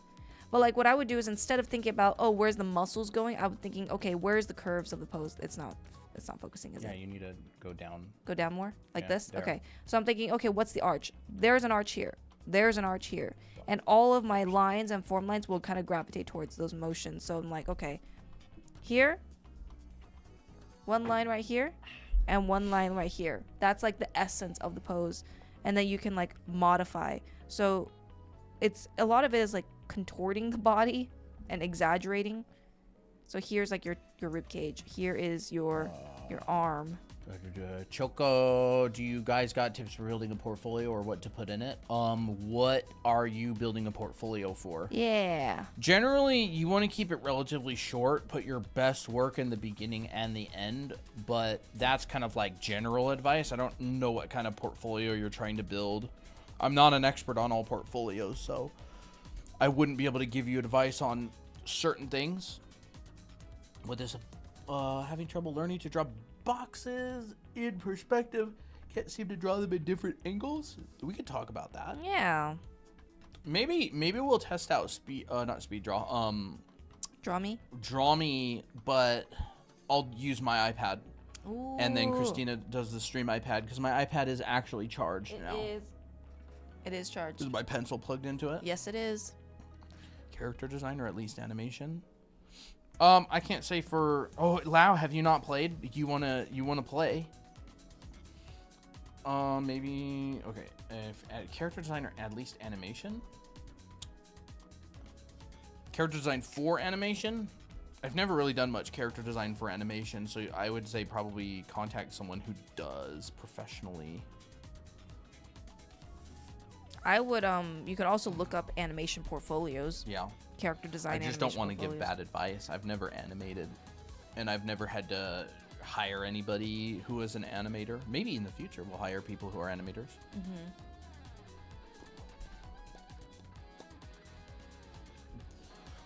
Boxes at different angles. Are you done with that, or are you still? Yeah, I'm done. You can go ahead. Thank you. Would exaggerating a form apply to this too? Yes, it would. It would.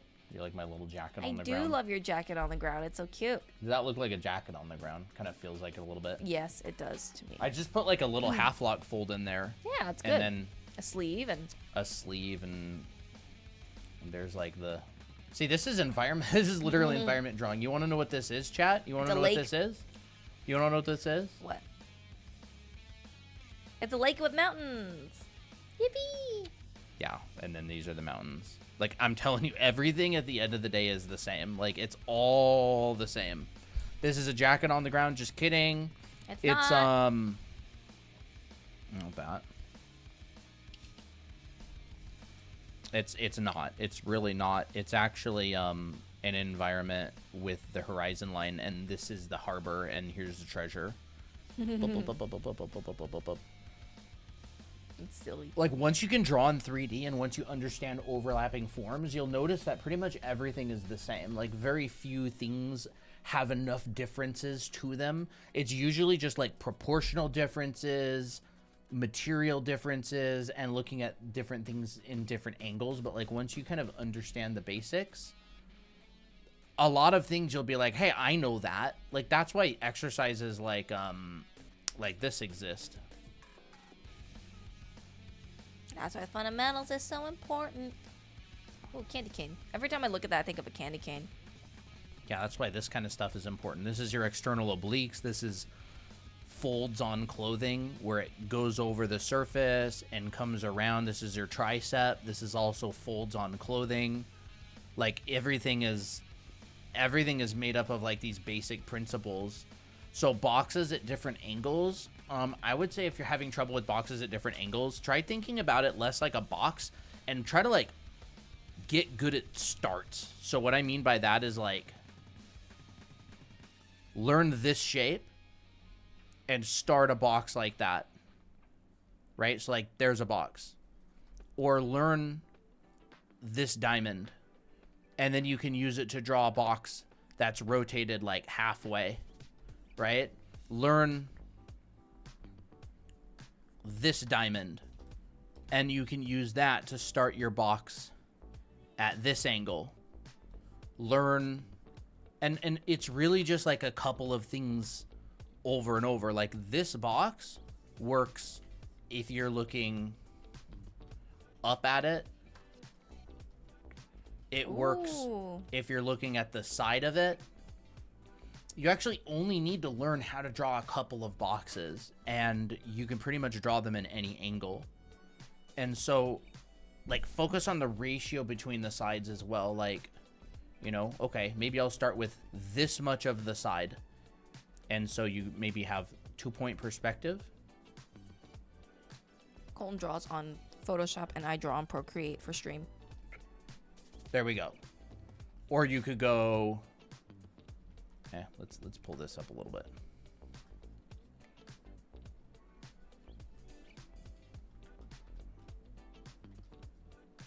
Maybe like that, right? So there's the edge of the box. Or you can go, okay, well, what happens if you reverse this? Okay, well, you can draw the box looking at it from the other angle. Like that. What happens if you want to look at it from the side? Well, then it's basically just this times 2. Mm-hmm. I notice a cube at certain angles are a hexagon. Those certain angles require different measurements. Yeah. Hexagon? Hexagon, yeah. Oh, you mean like the outside silhouette outside is a silhouette's a hexagon? hexagon, The heck is a yeah. hexagon? Like 5 sides? No, 6 sides. 6 sides? Yeah. You mean like this? 3, 4, 5, 6? Yep. Like that? Mm-hmm. Yep. That's Definitely. basically a 45-degree angle box. Yeah. Currently, Lindsay says, hello, I'm currently on the bendy boxes of your perspective course. Very nice. Very nice. But yeah, practice that's why Krenz cubes are pretty important as well. We talked about Krenz cubes pretty recently. I'll delete all these boxes. But essentially it gives you a cheat, not a cheat, but like it helps you set up boxes from different angles. You got your middle box. You got a box at this angle. You've got a box 45 degrees. You've got this one, 3/4, and then it comes back to flat again. So this one is 25% rotated, so the distance is here. Then you've got this one, which is like the distance is in the middle, the edge is in the middle. This one is the opposite side right there. And then this is your side. So if you look at this, it would go... Stressing and crashing out for work right now. Like that. Nice to listen and catch you guys streaming tonight. Yay, glad that we can be your Sounds... stress reliever. Doesn't sound good. I'm It glad we doesn't. can help, though. Yeah. And then this box is literally just this one, except flipped 90 degrees, right? So you can go... There's that. You do the same thing. It's the other one flipped 90 degrees. Right there. Like that. This one is the first one, except it's flipped again. And so it comes down... like that.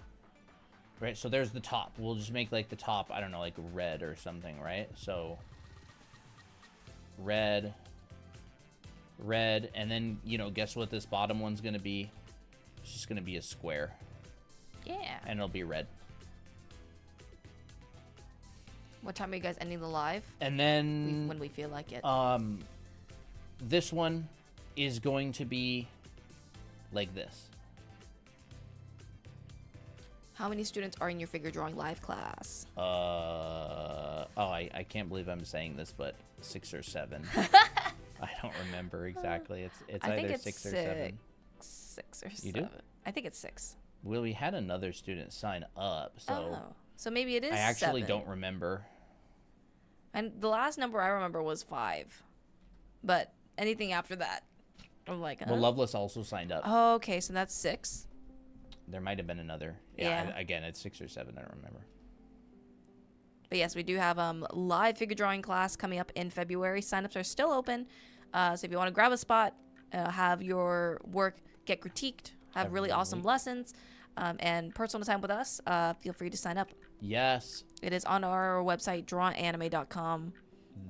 That's not right. I flipped them. I'm not paying attention because I'm talking. Real. It's funny. I draw the box, and that's fine. But when it comes to the coloring it's like... Can't do it. Uh-uh. I want to learn to paint like League of Legends Splash. What should I study? Fundamentals. Fundamentals. I have friends who are Splash artists at Riot. I interviewed one of them, Terrence Cantal. Terrence Cantal. I don't remember how to say his name exactly. I interviewed him on an old YouTube channel of mine. And he was a concept artist. He was an art director in a studio in France at the time. And you learn fundamentals. Your perspective, your figure drawing, your color theory, composition. Your lighting. Yeah. Lighting, build your visual library. It's all the same. You study and practice fundamentals. So, yeah, it's a very, very, very competitive, but it's doable. Yes. All of those artists have a very strong foundation.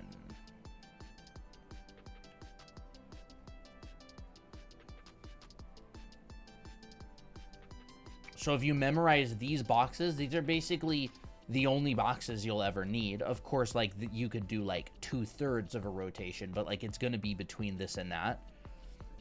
And then this one's just this one again.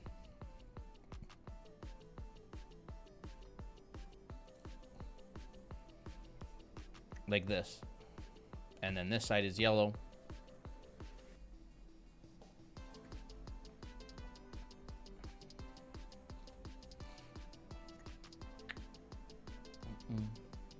We could make this side, I don't know, like cyan or something. Yeah. I love color coding those sides. Sure, like compliments.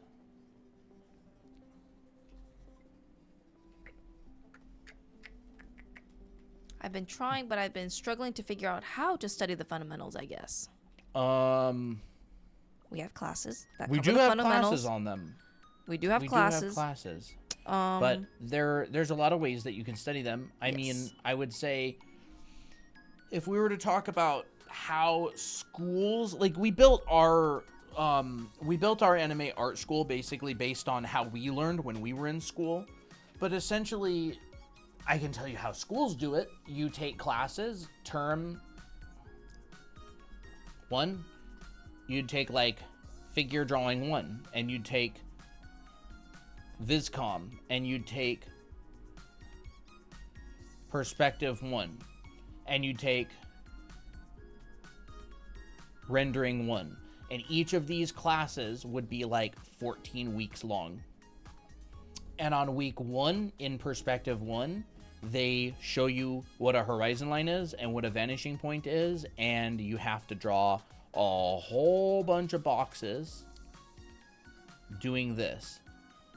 This is literally like if you go to Art Center, one of the really, really well-known prestigious design schools who sends loads and loads and loads of people to work at different game studios, in Disney, at Riot, Blizzard.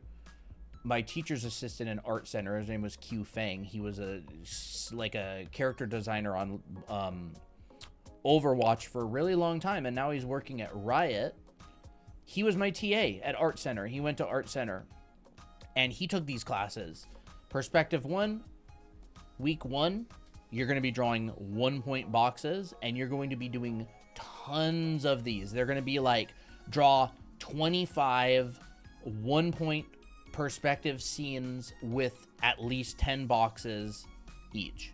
And you're going to do all of it, and you're going to turn it in, and then the teacher's going to go, this one is not right, that one's not right, that one's not right, that one's not right, and you're going to have to do it and make it right. And then you move on to week 2, and you're going to say get either more 1-point perspective boxes, or you're going to get 2-point perspective boxes, and then you're going to repeat that process. And then on week 3, you're going to get 3-point perspective boxes, and then you're going to probably go into stuff that's like subdividing, and then you're going to take, you know, these kind of boxes and go divide that in half. Find the middle, you know, maybe that's directly on the middle. It's close, and then find the middle again, and here's the center of the side of this box, and then you're going to have to do this. Zoop, zoop, zoop. I'll move this over a little bit. and then they go zoop. Here's a box. And so they'll say, okay, well, you split this box into 4, and then you pull this back in perspective, and you build out this box, and maybe you build it up as well, like this, and they'll have you subdivide it, and then they'll have you do this in 2-point perspective and 3-point perspective, right? So You did a thing called like the smiley face assignment, right? I did.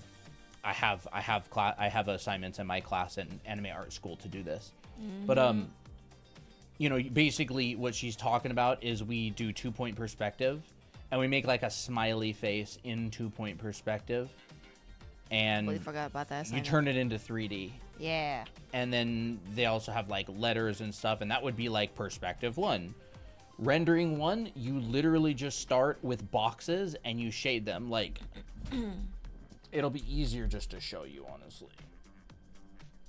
So if for whoever's asking, like, how do I learn the fundamentals? This is how colleges who send people to studios to work professionally teach people. This is like, right? You're going to end up doing stuff like this, like rendered boxes. The exposure on the camera is really low, unfortunately, so it's all dark, but this kind of stuff. Plotting, lighting. After you learn some of the perspective, you're plotting lights on it. Materials. Let me go back to like this, right? And then we go into stuff like this, which is like the bedroom assignment. There we go. There we go. So much nicer. And so there we go. Although the frame rate's now super, Oh my. super low.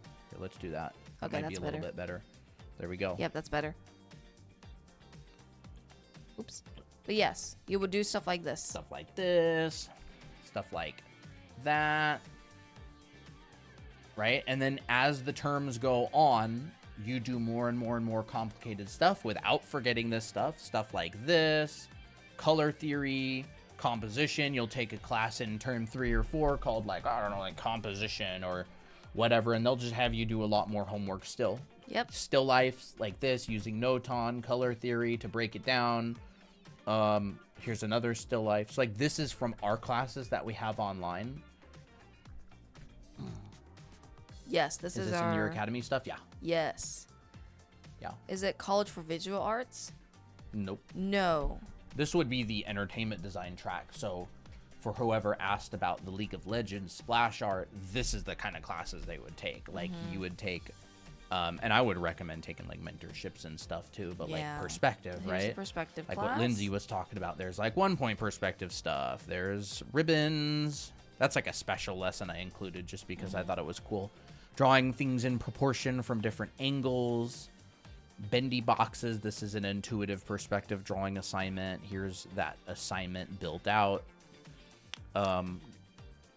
This is like Viscom stuff. Yep. Constructing things in 3D from different angles. And turning it into something that's not like Turning it into traditionally... something organic. Yeah.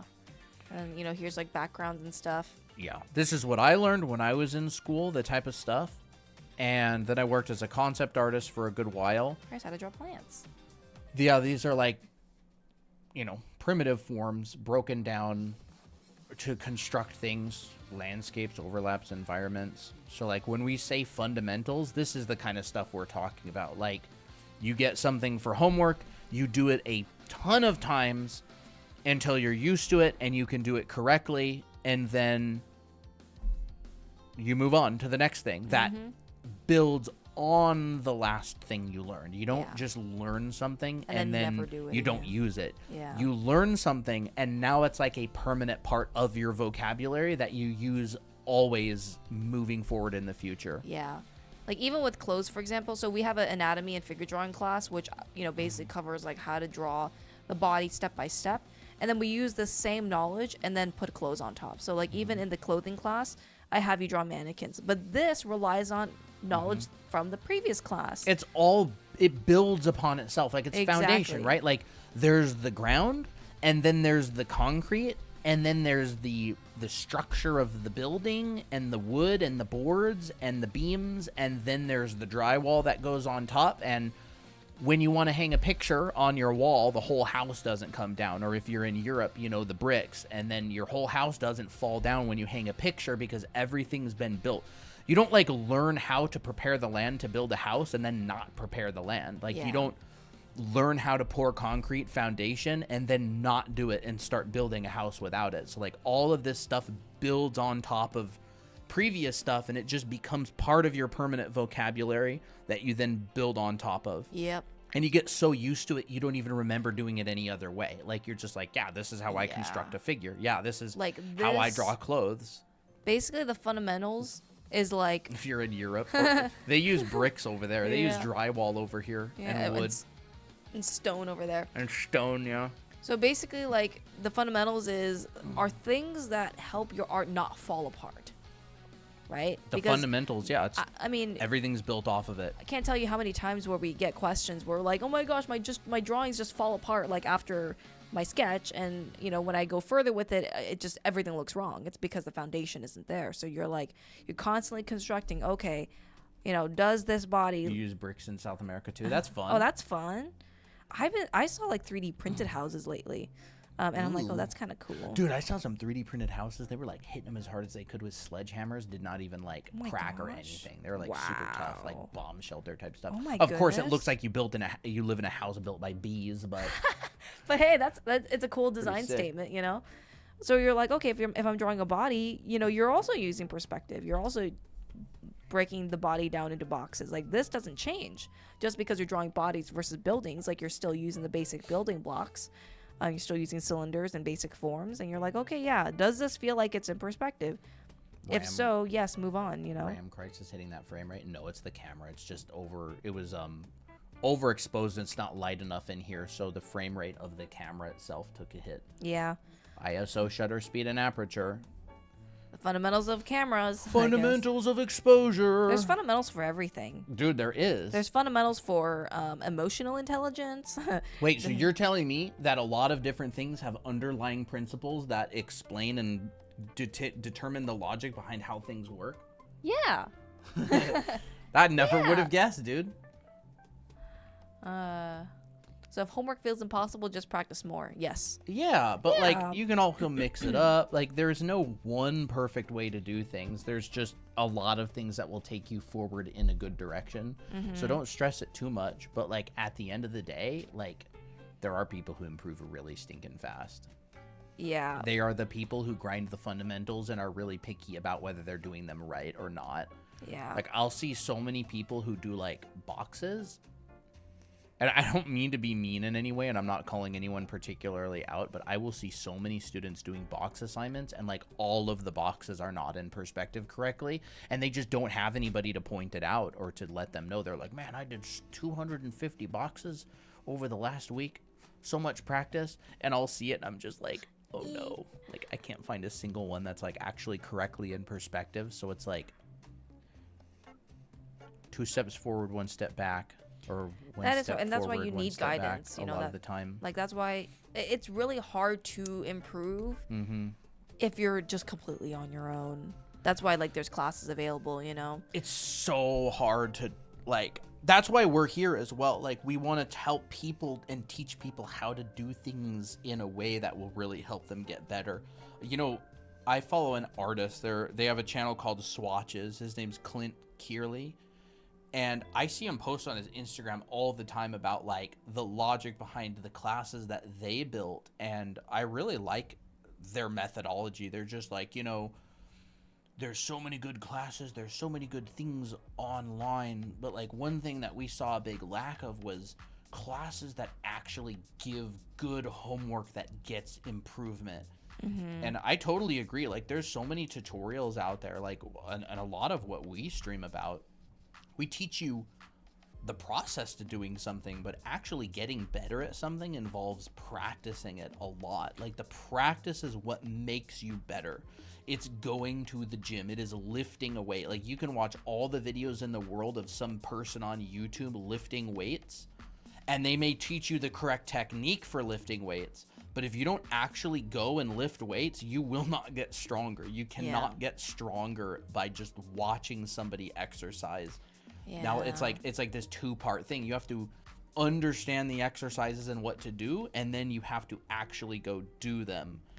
And so, Yeah. we'll give recommendations of homework and stuff a lot of the time on stream, but we give a lot of homework in our Anime art school, school, which you can find and here. in our live classes. Yes. Because you can't get better without practicing.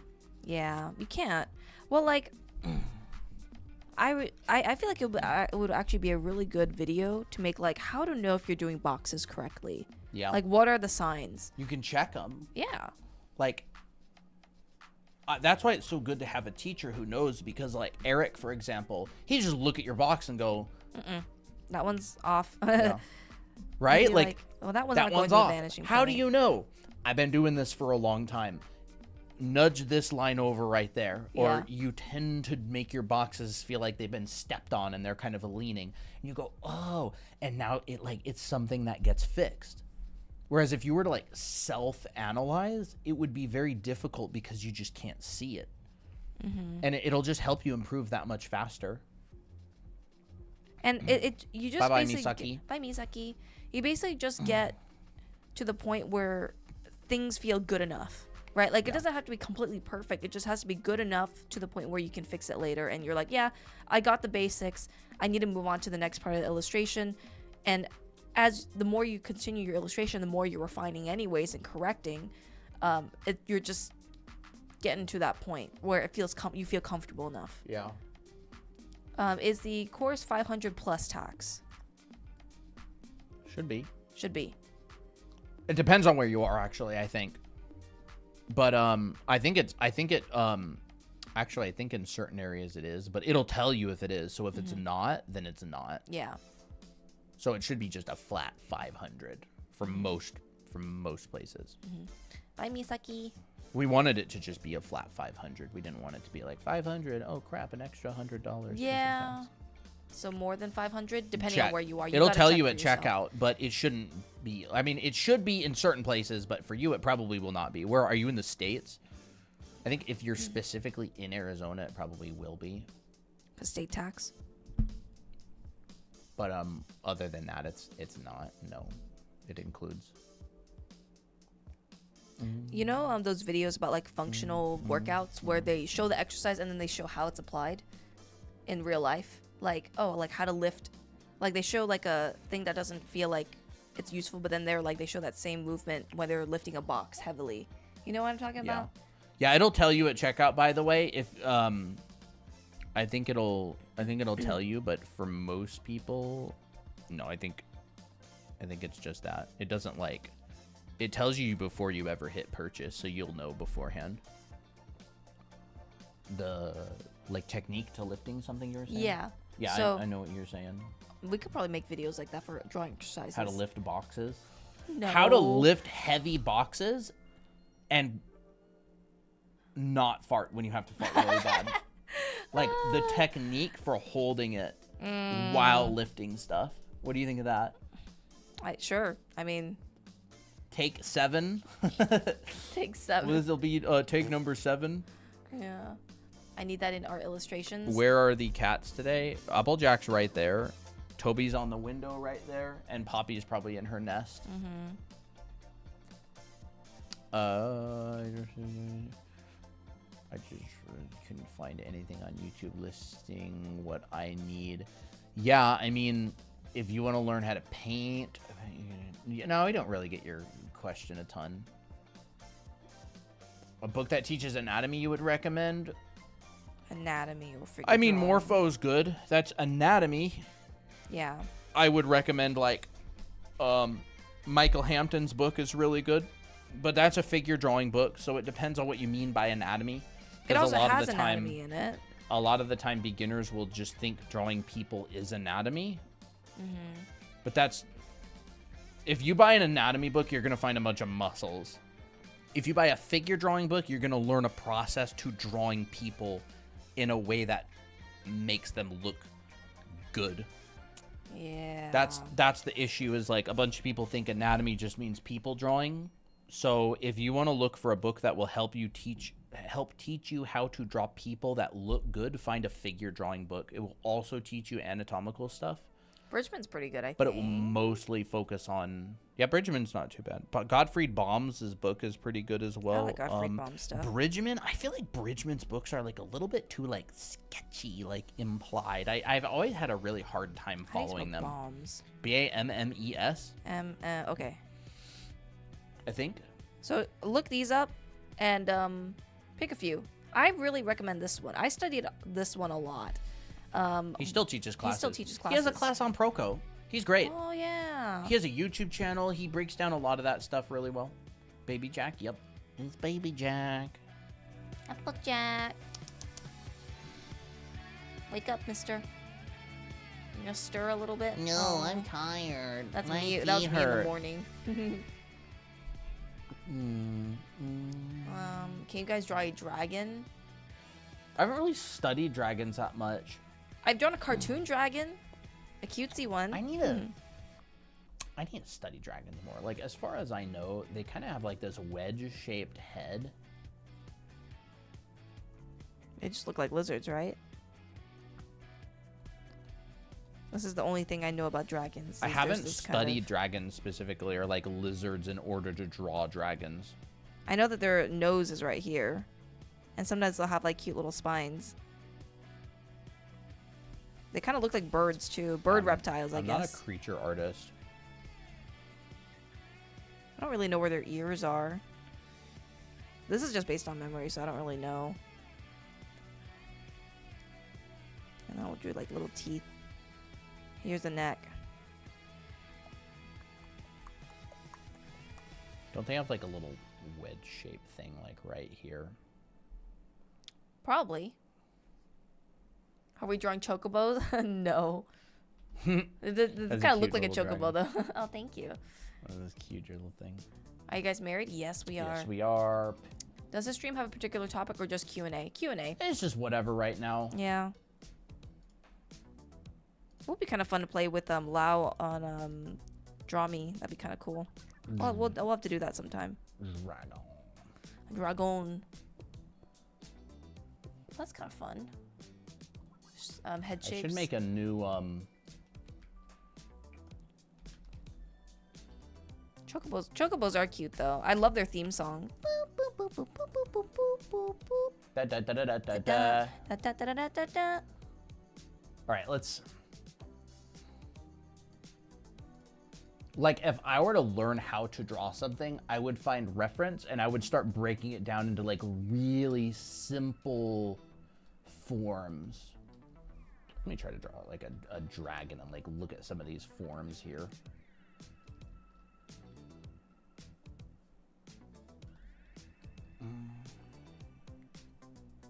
This one kind of looks like it comes down and goes like this. And then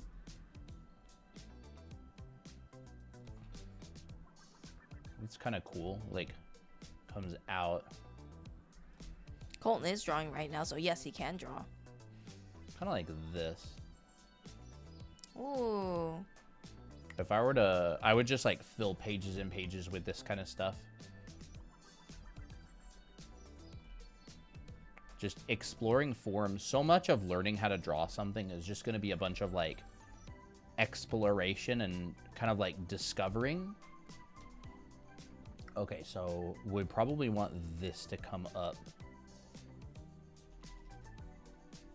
more.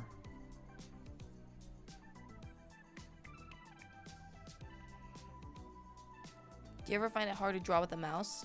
I do, but Colton's been drawing with a mouse for a good while. I don't think it's easy to draw with the mouse because you're losing out on certain Hand motions. hand motions and things, but line weight, a lot of stuff. Okay, so this we're probably gonna bulge out, and then this will take over here. Here's the form of that. This we'll put in the center. We'll put like this thing here.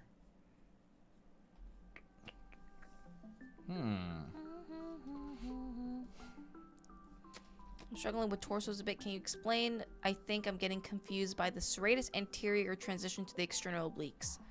It's not really It's not an that- area you see very much. You'll never really Yeah. see more than a couple of the Serratus anterior. They're kind of like, they kind of like fit in like Interlock. that.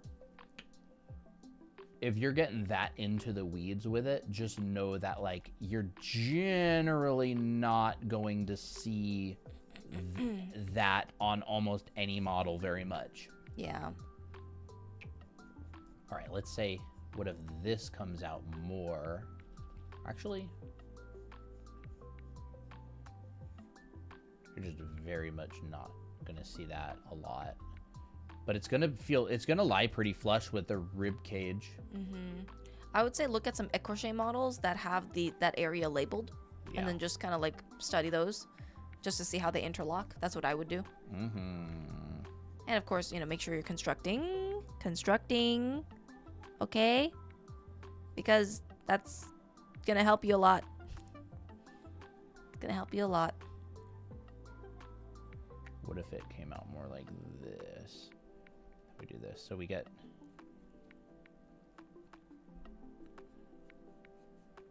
That's cool.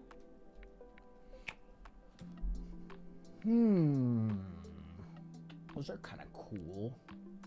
A lot of them like come together. They'll almost turn into like. I'll do this.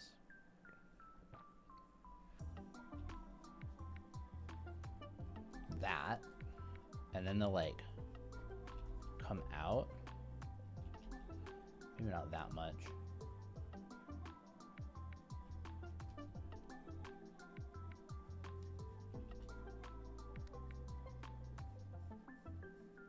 It's very similar to the horse.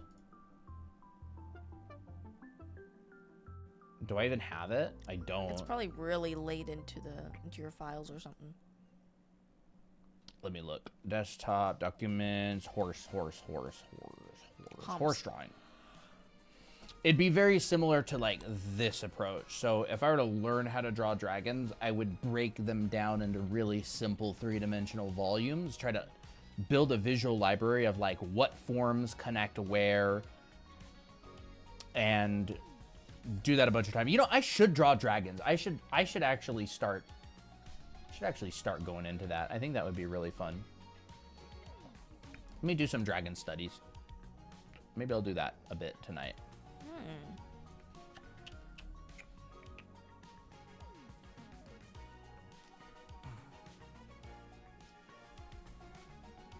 I just saw this image of a pose that looks kind of cool, like a human dragon hybrid.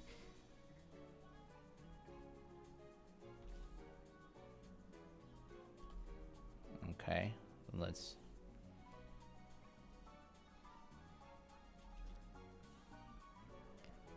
Let's see here. Oh, that's cute. You're not showing your screen, by the way, Nope. if you didn't want to. I am not. That's fine. Oh, should I study, huh? I want to draw cats better. Let me see. We could put the nostrils here. This would literally just be a form study. Like, I would just be focusing on understanding the basic forms of this stuff. And, like, you got, like, cheekbones, maybe like this. Cheekbones. And like all of these little details, like if there's stuff like this, I wouldn't add that until later. Let's see, maybe this could go like that. I mean, I guess we could get like a horn or something here.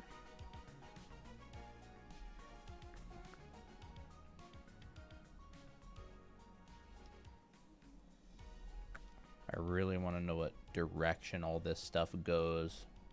So I would definitely be adding wrapping lines to this. Dragon scales a lot of the time. It looks like people kind of go like this. So they'll go like, and I would do like micro studies on the side and go like, okay,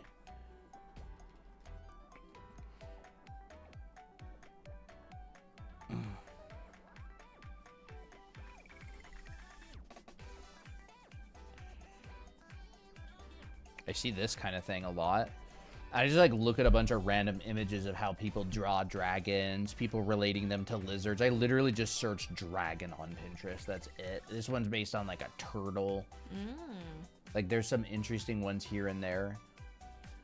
These are cool. Dope. After your Roblox stream the other day, I finally pulled out my sketchbook and I drew. That's cool. Thank you for low-key inspiring me. Hey. Sick. Awesome. You know, I feel like I don't want to make these horns so curved. Maybe I'll just want them like a little bit straighter. Like that could be kind of cool. Let's see if that works. Perspective. Connects to about there. And then it's like, what is this? Is this round? Or is it like pointed? Maybe we'll do like pointed. Where does that connect? Right there to there.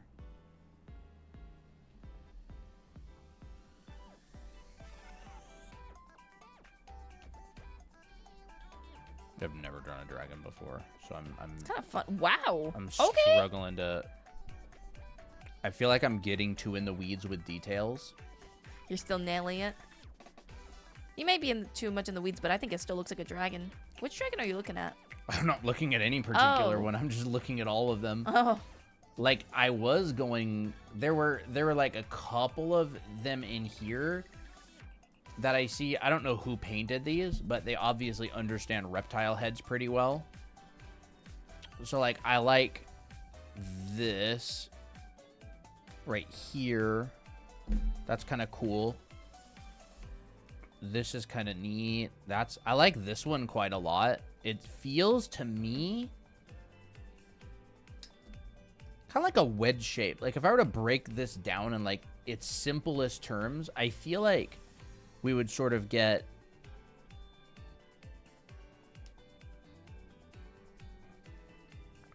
like a wedge. Maybe not like that thick.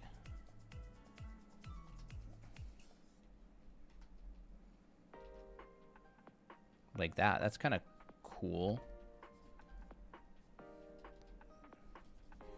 You know, we could draw over top of it.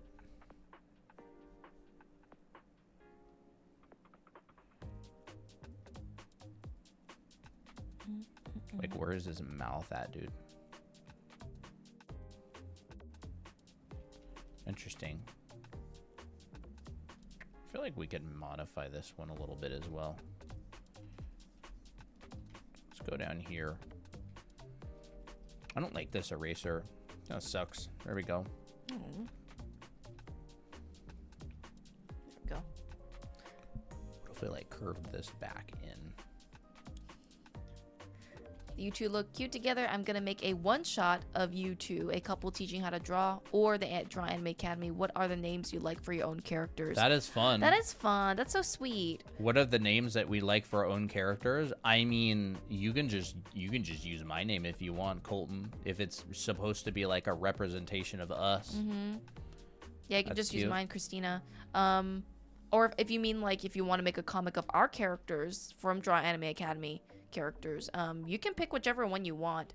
Colton would probably do Miki or Abby, or I guess I'm fine with whatever. My character is Ray, so if you want to use her as well, like that's totally fine. I'm not against that. That'd be really cool. Whichever you want to choose. There, if you want to find them. Oh, really? I will too. Awesome. If you want to find them, they're on our Discord server in character references. Oh, you want to show it real quick? Oh. If you want to find the characters, they're all in here. It's not loading. So this one's Abby, Colton's character. Ray is my character. And then there's a few others like Jake, Naomi, June, Tira. And then there's Miki and Miko over here. So you can see where they are. A lot of different forms that people make for dragons, dude. That one's cute. That one's so cute. Interesting.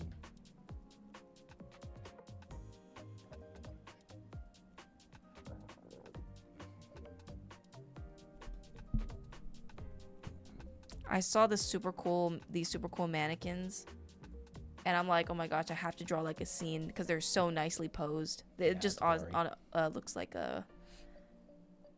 a really good pose. You draw Ray a lot in different styles. I saw her. Yeah, I do. I draw her all the time. And I draw her in, I have like two styles that I work with her. I have like a more anime style and I have a more kind of closer to realistic style. It just depends on the mood that I'm in.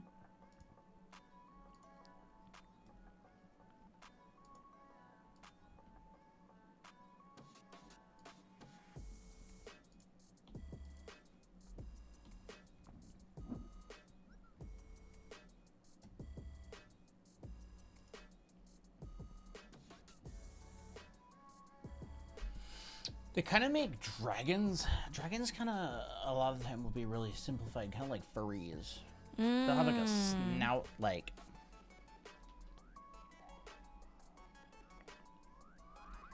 And then they'll kind of come down and up. That's kind of interesting.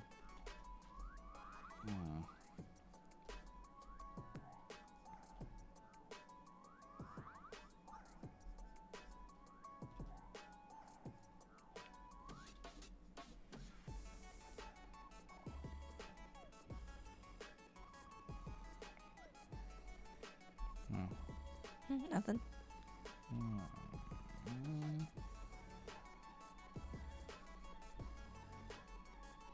I need to draw hands better. I have like a default hand style, but I really want to up my game on it. Some people can draw hands really aesthetically. Like they put a lot of like and mental power into like the joints and all that stuff. And I'm like, man, props to them, honestly.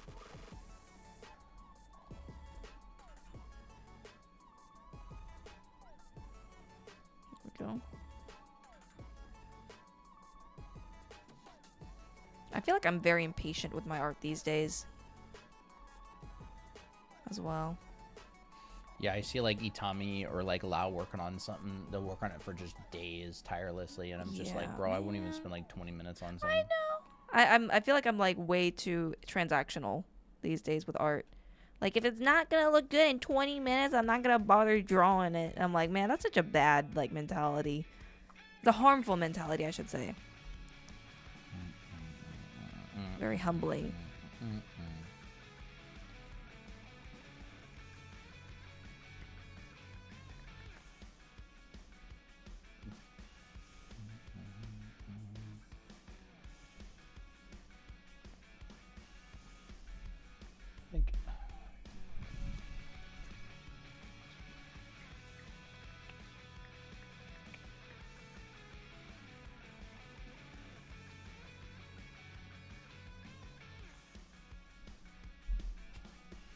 Oh, so they kind of do.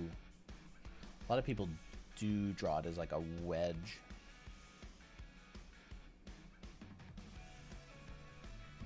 It's like I draw main muscles, but when it comes to something, they look too solid. Like how to erase them. Oh, when it comes to lines, they look too solid. Like how to erase them, or what to erase it, how much.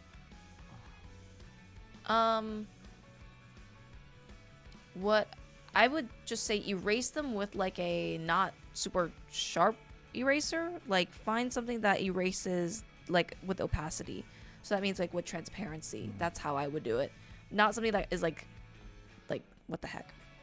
Not what's going on? Oh, it's because I added a stupid new layer. Don't erase with a eraser that's like super hard like this, where everything's just erased. Try to find one that's like a softer eraser, and then you can do that. Or you can just turn the opacity layer like this, and it gets more transparent, and then you can draw on top of another layer. Totally fine. Mikor, how do you stop thinking like that? Beats me. I wish I could answer that question. I think it's more of just like being in the moment and just being really excited and passionate about your artwork. Like, man, I really want to like work really hard on this. You know, I draw with a pencil. You can get a kneaded eraser. Kneaded erasers are great, and just erase lightly. Like, don't erase hard like this, not like that, but rather just kind of lightly glide it across the paper. Don't try to like move too fast. I mean, that's what I used to do with a lot of these drawings here. I would draw lightly so that you can erase lightly. And it would be way easier to erase the lines. Mm-hmm. That's what I would do. Join the Discord. So many people. Oh, awesome. Yeah, we have a lot of people on our server.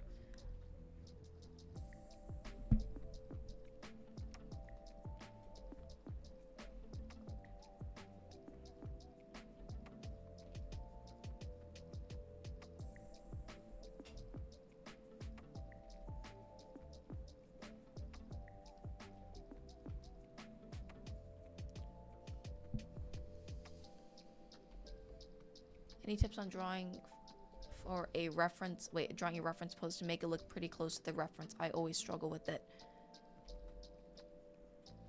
I mean, there's multiple ways to do it. There's ways of like triangulation. Like for instance, if I'm drawing this pose from reference, I'm gonna look at like the tilt.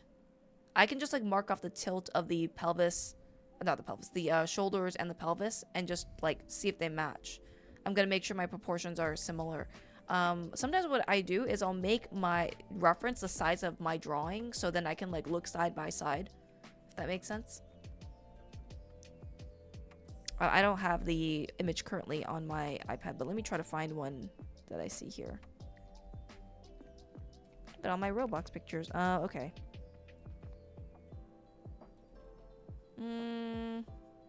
We'll do this one for now.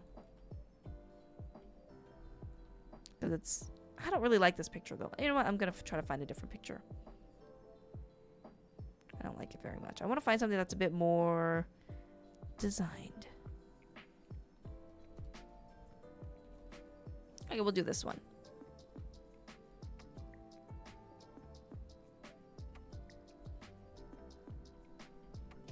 So if I want to draw from reference, what I'll do is I will... one of the things I'll do is I'll make my reference the same size as how big I want to draw it. So like maybe this size, for example. And then I'll kind of draw side by side. I'll be like, okay, here's my head. And here is roughly where my feet are. So like I literally have that marked with the same height. And it's not going to be perfect, but that's fine. And then what I'll do is I'll kind of look at my proportions. I'm like, okay, I'll just draw my line of action here. Just that general curve that I see for the body. And then I'll mark my proportions like, okay, well, here is my pelvis. So my bottom of my pelvis is here. My head ends at about here. And so what I'll do sometimes is I'll kind of like drag that over. If I want to get like really, really accurate, sometimes I'll do this.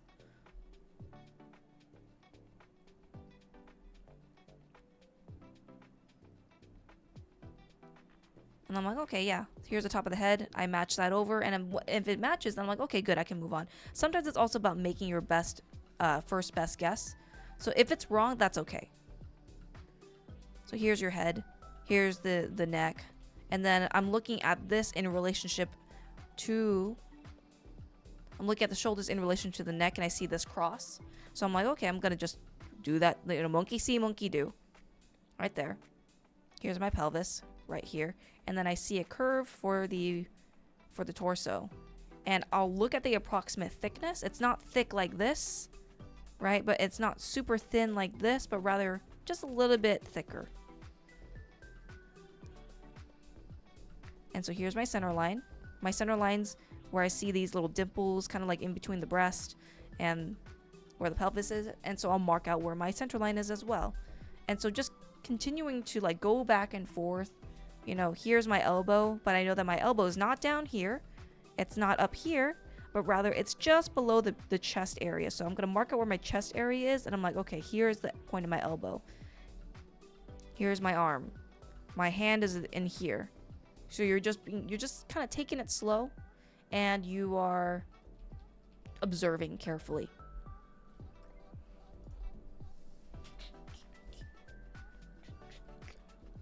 Right, here's my elbow. My elbow's just a little bit below my rib cage. My rib cage is over here, a little bit down here. Here's my arm. Here's my upper arm. Here's my lower arm. And I know that my lower arm and my upper arm are about the same length, perhaps. Here's my hand. And there will be times where my drawing may not be completely accurate. but that's okay, right? Here, my leg, and I can just use simple lines for measurement. This doesn't have to be a whole leg in 5 seconds. Do you ever take creative liberties on the pose? Yes, I do. Sometimes if I feel like it. If I'm going for accuracy, then I don't. But sometimes the photo isn't all that great, and I really want this to look attractive, so I will put some, I will have some artistic liberty.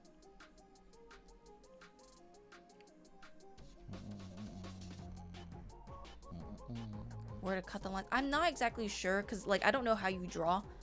I don't really... I would say find a process of drawing figures traditionally, and try to follow it the best you can. I believe Proko does figure drawings traditionally, or body drawing traditionally. I think he does a lot of that. Oh, that's so cool, Colton. I would also look at I would just look at people who do drawings traditionally, and then see how they would erase, because that's probably going to help you a lot. More than I would digitally, because it's kind of hard to show it digitally. I can't tell you exactly where. I would erase areas that will benefit me the most, and that can change depending on the pose.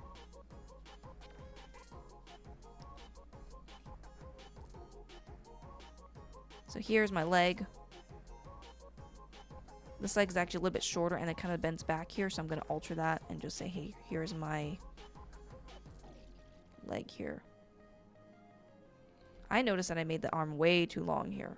I'm just going to cut that. There we go.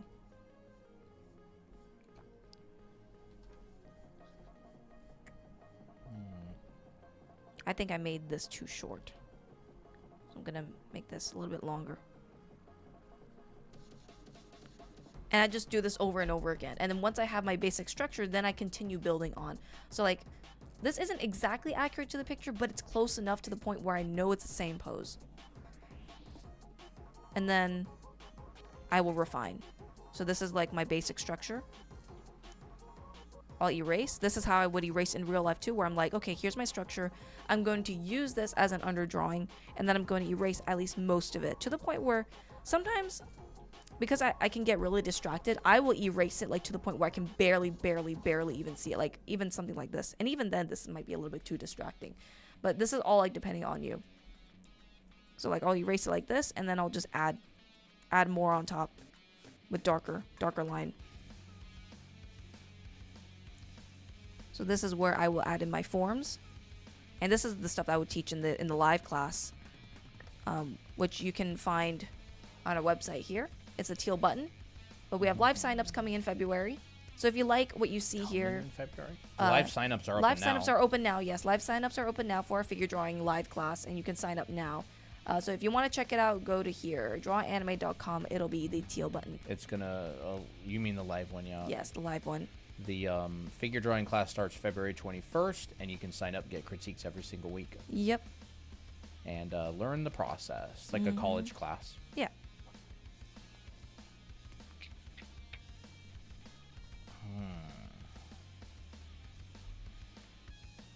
For accuracy, sometimes drawing negative shapes helps a lot. Oh yeah, like you're thinking in terms of 2D and 3D. So like what I did here earlier was more 2D, but then yeah, more 2D because it's just proportion and just like straight lines like this and curves.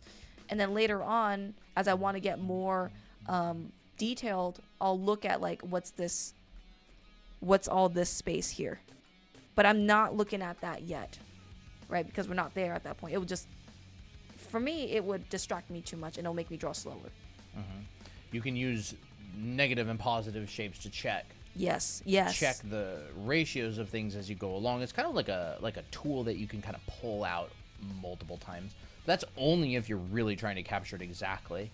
A lot of figure drawing artists aren't trying to capture exactness. They're just trying to get the essence. Yeah, in which case they would use it, but they wouldn't be married to it in any way. Yeah, like I'm not married to this pose. Like the point of this pose is just for me to get I like the flow of this pose, and I like how these overlap. So like that's what I want to draw.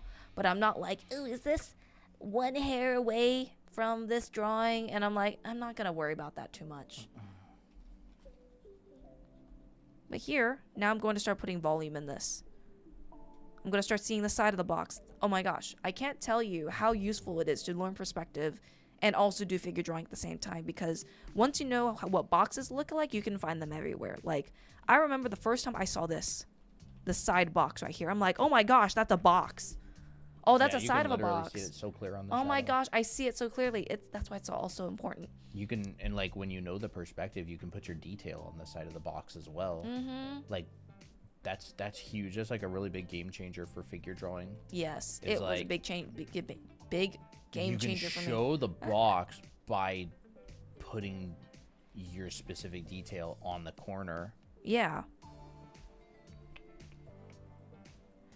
And a lot of time poses will also flow into each other. Like this curve continues, whew, like that. It's not just, oh, here's a torso and here's a leg. It's not so separate like that. It all combines with each other.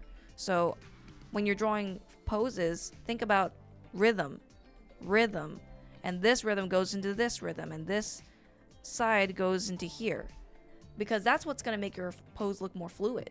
If you only think about things in different chunks and not think about how they connect with each other, your pose is going to suffer a little bit more. I have that same problem where I've learned the anatomy part, and I would like just draw things individually but not think about how they flow together, and my poses will kind of look a little bit stiff. They would just be like, they're not very juicy. But seeing how this curve flows into that curve, and this into this, it's like a river, right? It's not just these little blocky bits. Not art related, but how do y'all meet? Was it romantic? It wasn't romantic. No. We were just friends for a while. We were online friends on Artemino, surprisingly enough. For a really long time. Yeah. Oh, hey, espresso. And bye. It got romantic later on, but that's just because we were friends for a very long time. Wait a second. I gotta get more water. I'll be right back. But I actually really like this demo so far. Eh.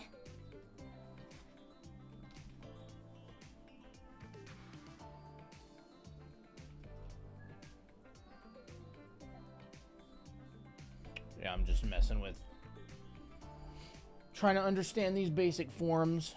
A lot of people seem to start with this sort of thing. It's like a wedge, and then they kind of modify it here and there. You get like the brow ridge along here, and then they kind of pull the nose in like this. Dragons. Oops, sorry. It actually comes together pretty quick once you get to that. This is kind of weird.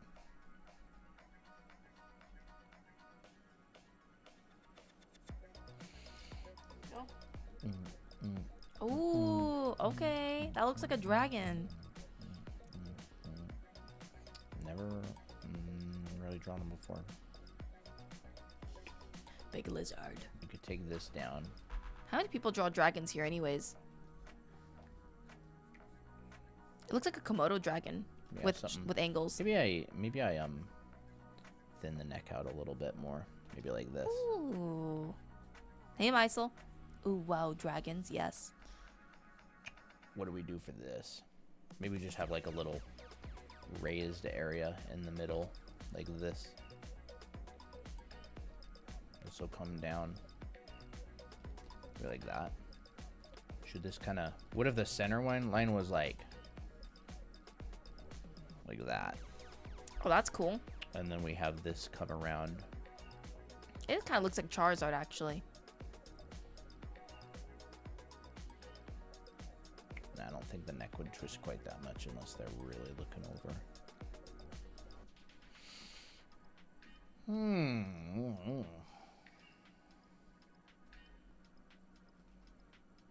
What if this like came up and over like that? You'd definitely see it on this side, and it would probably come out.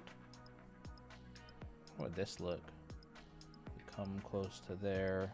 It would kind of look like maybe the brow ridge for a human. The bumps. Yeah, maybe so. Cool. And then this. How about, what if we like turn this into like a cylindrical shape almost? That'd Like be cool. we actually just like straight up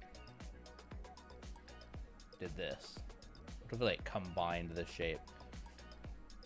You know, you ever play one of those games, chat, where there's like a bunch of like balls or something and of like different colors, right? And you like move them around, and when you get like 3 of them together, they'll like merge into one. And then say like you have a red and a blue and a green. It's like this one's green, this one's orange. We've got like another green one down here, and you're like trying to get these ones together so like they'll come next to each other, and when you have 3 of them, they like merge into one. I gotta think of drawing in that way. Like we got all these forms here, right? Like this eye, and we've got whatever, like this eye, and I'm going, can I like merge these like that game into one? Like, can I take this whole area here and just do that? Like a gummy. I don't know. It's like this merging type thing, just because it's simpler to draw. I was just thinking that too, pushing the chin out. Looks like he has a goatee. Yeah, like it's simpler to draw larger forms that are less complicated, and then later break them down into like more complex stuff. Cool. I don't know, I'm just, wow. I don't know, maybe something like that. I don't really know how people treat this back here. I took some pictures of like a crocodile recently on my phone when we went to the zoo. I like the lips of crocodiles. They look like they're smiling.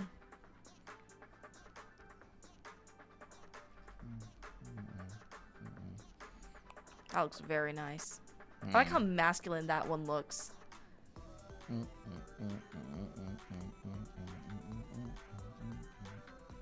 Do you use a drawing tablet, Colton? I do, yeah. Yeah, he does.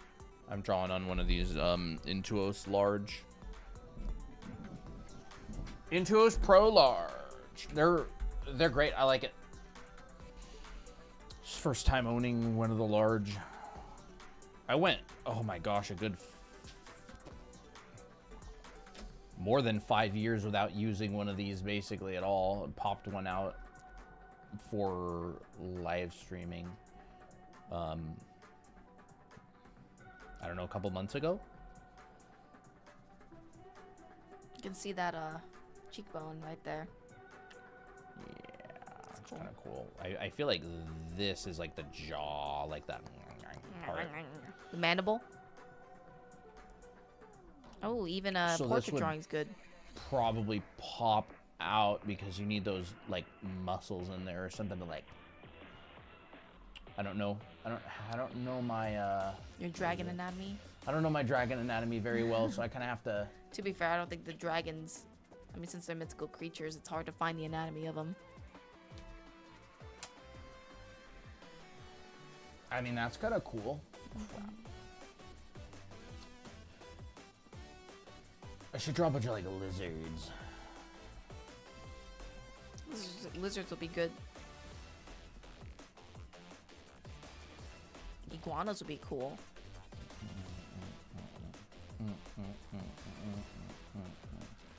The way he draws very satisfying. Like, Maybe something like that. It's not really quite right.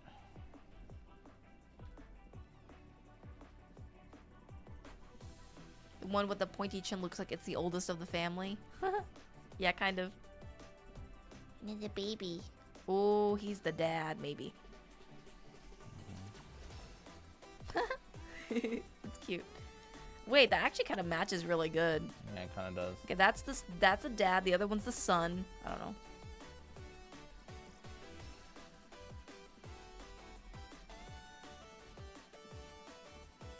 Oh, a braided beard.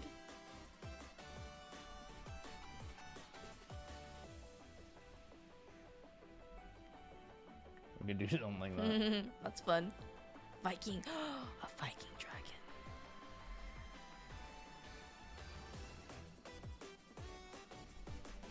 I don't know.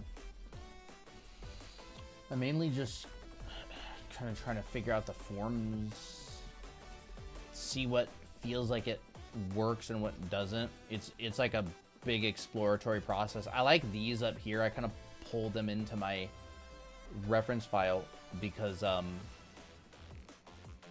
thought they looked cool.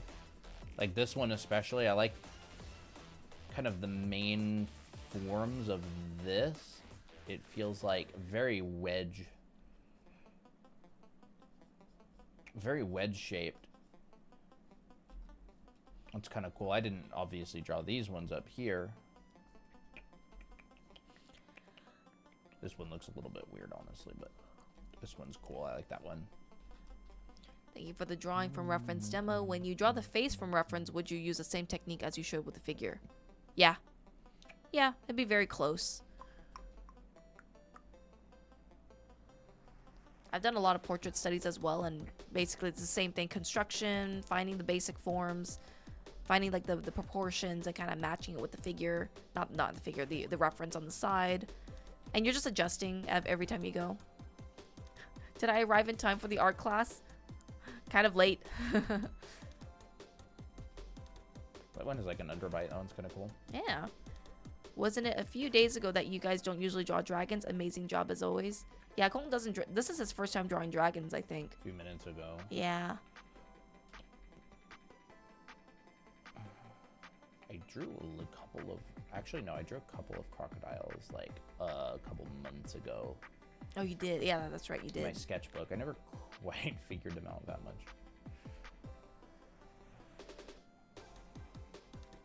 How would you handle transferring the features of one thing to the reference of another? To the reference of another? Like how to Definitely. combine two different kinds of reference, I guess? Definitely, like, dimensionally. Like, you would break things down in, like, their primitive forms, and you would stick them together and morph them together in some way. Mm-hmm. So, like, you know, trying to think. Do you often an do art example? class streams? Yeah. Yep, pretty often. Almost every day we would do art class streams. Some days I think we're probably gonna play some drawing games, because it's kind of fun. But for the most part, yes, we do teach on streams, and we also have classes online too. I'm going to find, like, the rhythms in this as well.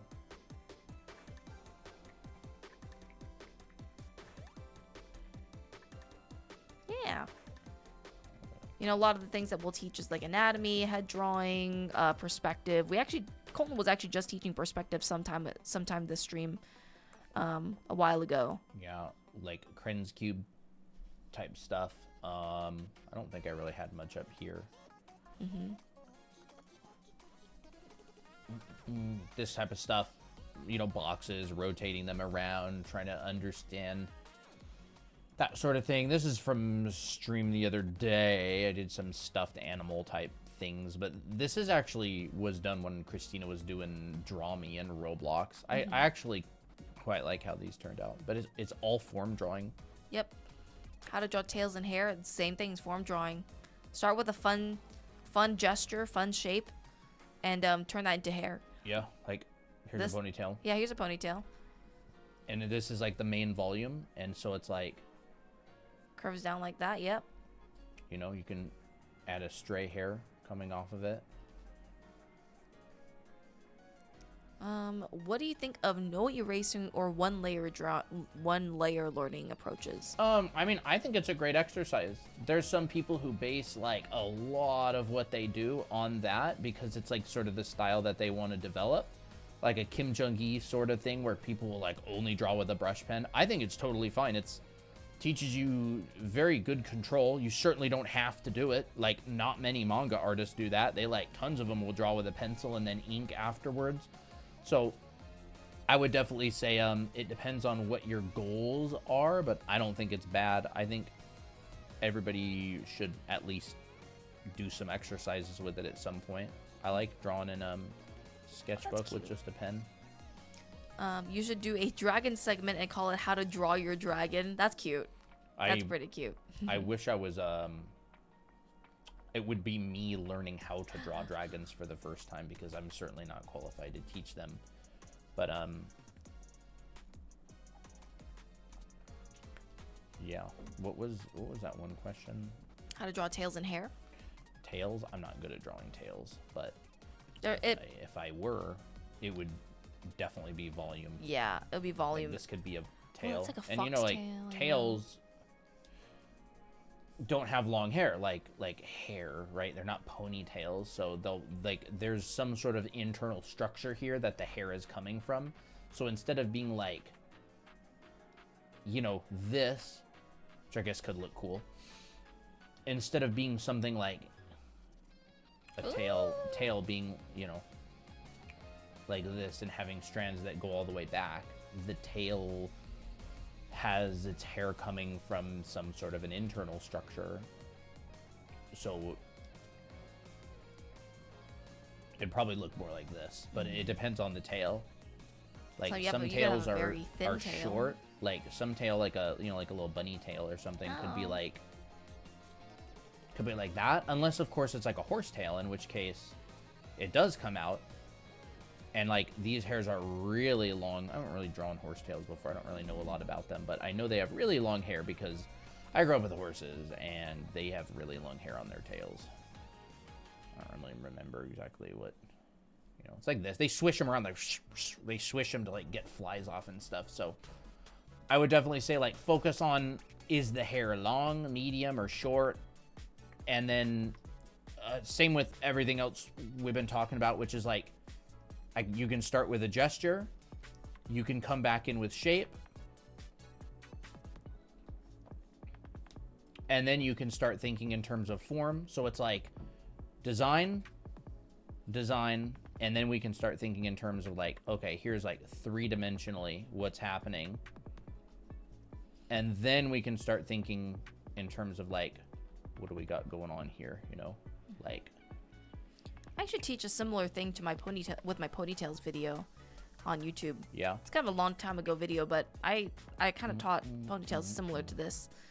How long have you guys been teaching art for? Long time. Long time. Since what, 20? You've been teaching. For me, 2019 I started. Yeah, I thought you started earlier than that. Yeah, you know what? Actually, I did. Like More 2017. Maybe so. I mentored students for a really long time. I started doing it a lot more starting in like 2019, 20, and then, yeah, I mean, we pretty much just teach a lot these days as well. And it's the same thing with the chain, right? Like, design, structure,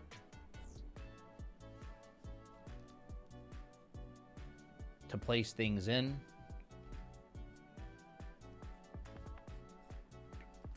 and then you can, you know, put these pieces here, and then we can turn these into cylinders. Cylinder. This is a cylinder.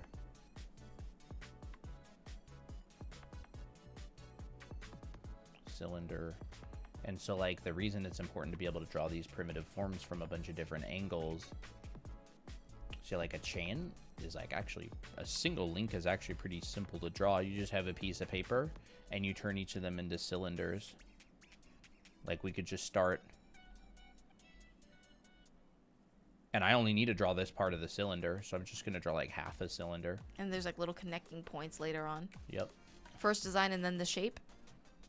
Well, shape is design, but yeah, like I would say first, for me at least, I like to think about gesture, and then I like to think about shape, with consideration to like the form a little bit. But Applejack, are you making noise? Oh, he's meowing in his sleep. Let's see. Okay, he stopped. He's twitching a little bit, I think. Did y'all hear him? Every time I draw Lara Croft, I dread getting to her braid part. That's funny. Oh my goodness. We have a braid TikTok. We just Yeah, posted we- it actually we on did. TikTok, so you can check that out. It's kind of long, but I feel like it's a good breakdown.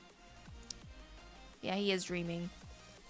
Is there like a specific monster or creature you guys find interesting to draw in with very interesting design? I found a lot of monsters interesting, but I'm not really a creature artist. I'm gonna change that. I'm Yeah. gonna change that. Wow. Believe it. I do want to get better at drawing monsters and creatures, so like, Are we going to learn how to paint the dragon heads like earlier in the anime course?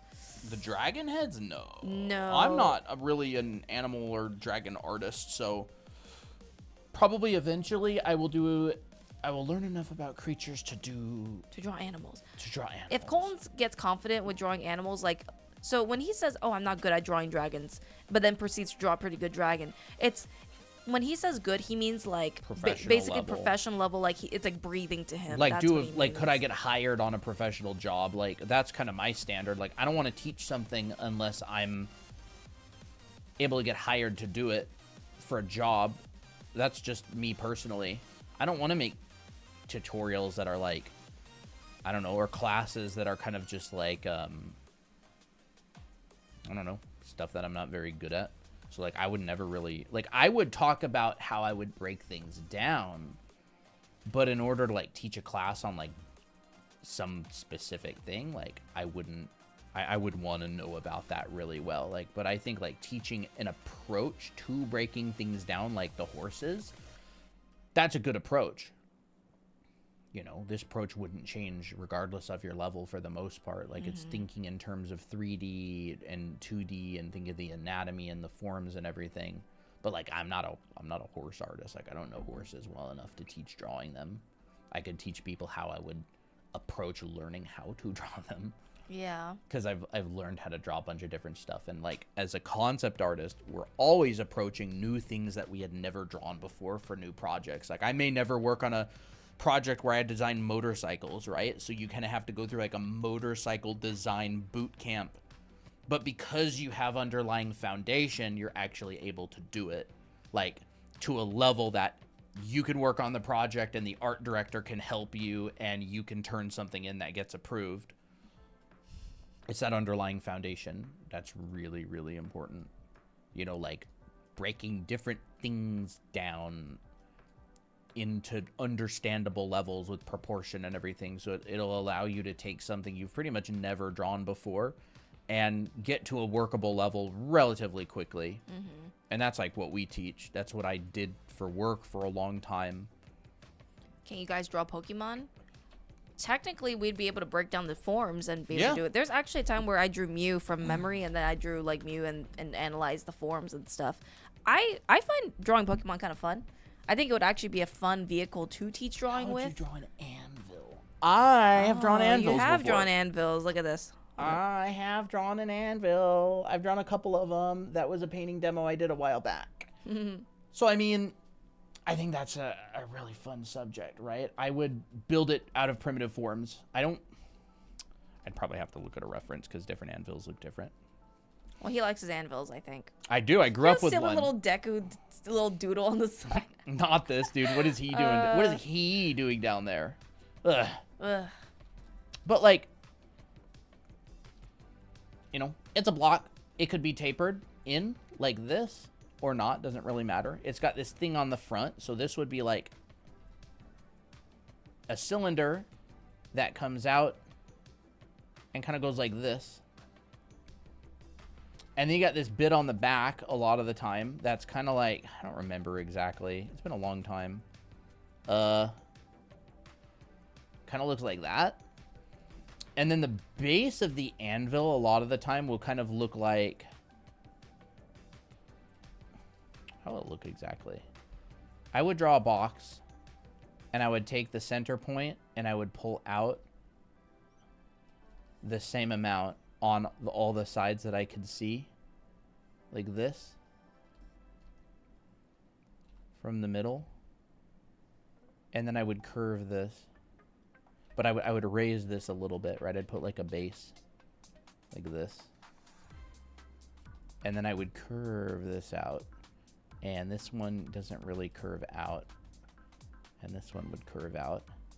And then I'd split this and I'd curve that.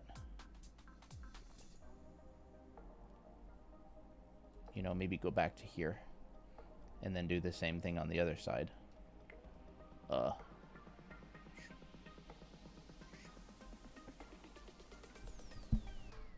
And then I just go, you know, stick it on the bottom. But I would draw it on the bottom of this, right? So I'd find that middle point. And there's like, I would just reconstruct this exact thing in perspective here. I think that's kind of what an anvil looks like. Again, they're different anvils look different.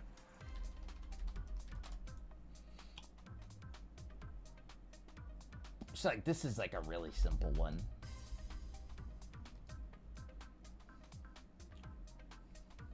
Right here. But I'd essentially do the same thing. Dude, look at this one. This is crazy. What the heck? Oh, that's cool. That's cool. That's So, really like, cool. the forms vary so incredibly much, but like a standard anvil, a lot of the time, I think kind of looks like that. You know, we could go a little bit more accurate with it as well. Like this sort of thing. Like that's kind of cool. So like instead of this,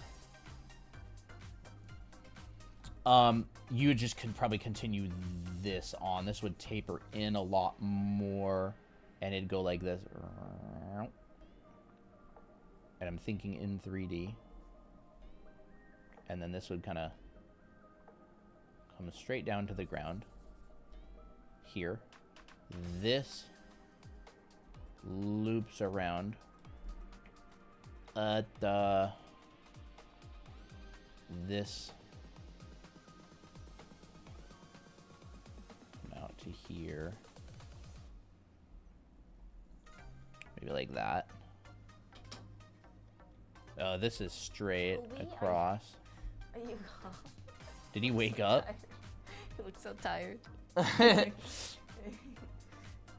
so handsome. That's funny. But like you see, like I'll find something in this anvil that is like a measurement that I can get. Like this is a straight line down to here. So I start with that. And then this is a curve on a flat surface. So I can do that. Like, so all I would really need to do is go, okay, I got this.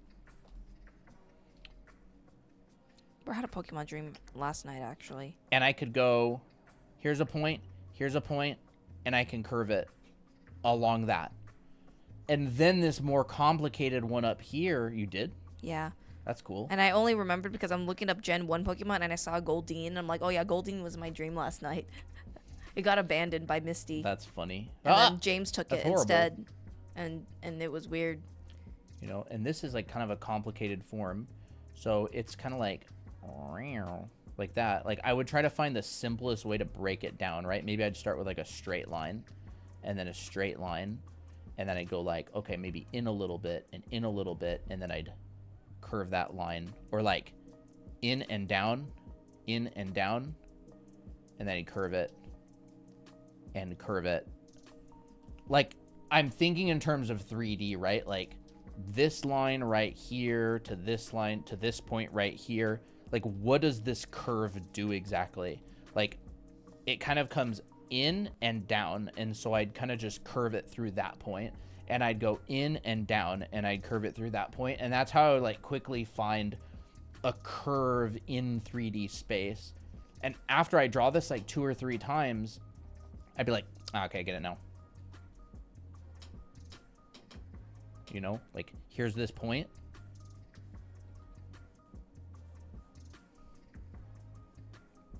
You know, maybe something more along the lines of that, but it kind of like disappears, right? And then this one, we'll go in probably like that. Right? And like the horn on this one is now wrong. I think that's called the horn. I don't really know what it's called. But I'm looking for places that's like flush with the surface, right?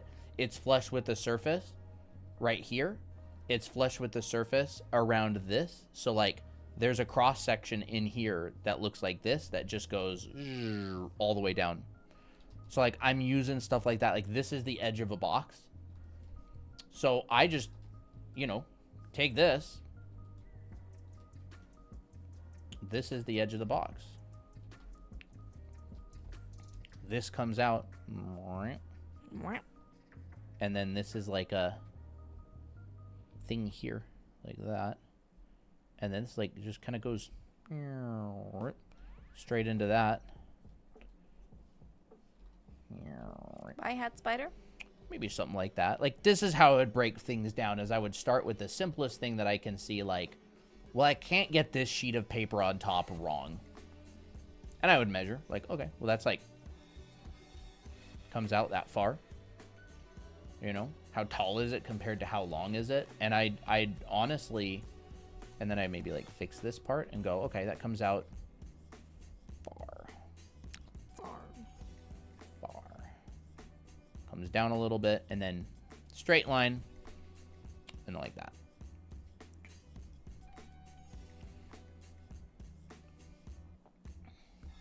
Like that sort of thing, you know. And I'm always keeping in mind, like, where is my center line on this? Here's my center line on the side. Here's my center line in the middle. It's just like helps you keep track of stuff.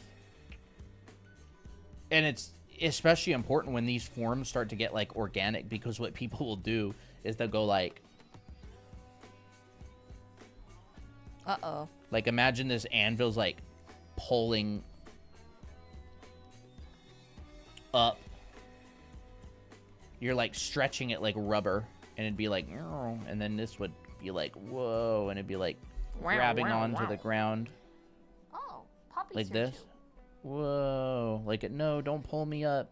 It's getting sucked into like a black hole, and then this could be like, whoa. And then over here, it wouldn't quite be as changed, probably. Zoop, zoop, zoop, zoop. There's that corner. There's this coming like there. Like, no, don't pull me away. You can even make this like more extreme, where it's like, this would go into like more like viz dev stuff, which is not what I did professionally, but I did take a number of classes on this sort of thing. I don't know what it is like. It's getting sucked by a very, very powerful vacuum. I don't know. Yeah.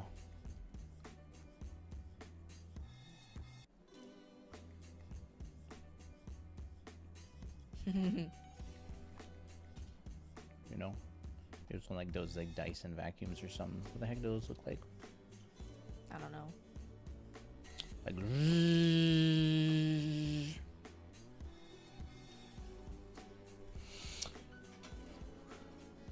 what if the other side's tip was also being sucked in? You mean like that? I mean, this would probably like bend up, so I would think of this in probably a way that's kind of like Like an elephant. It's Yeah. kind of hard to see on TikTok. an elephant. But I probably wouldn't. But again, like this is all like perspective and object construction foundation.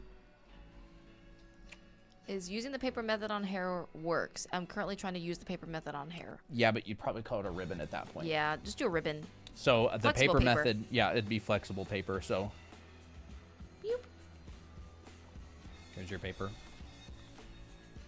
Strips of paper.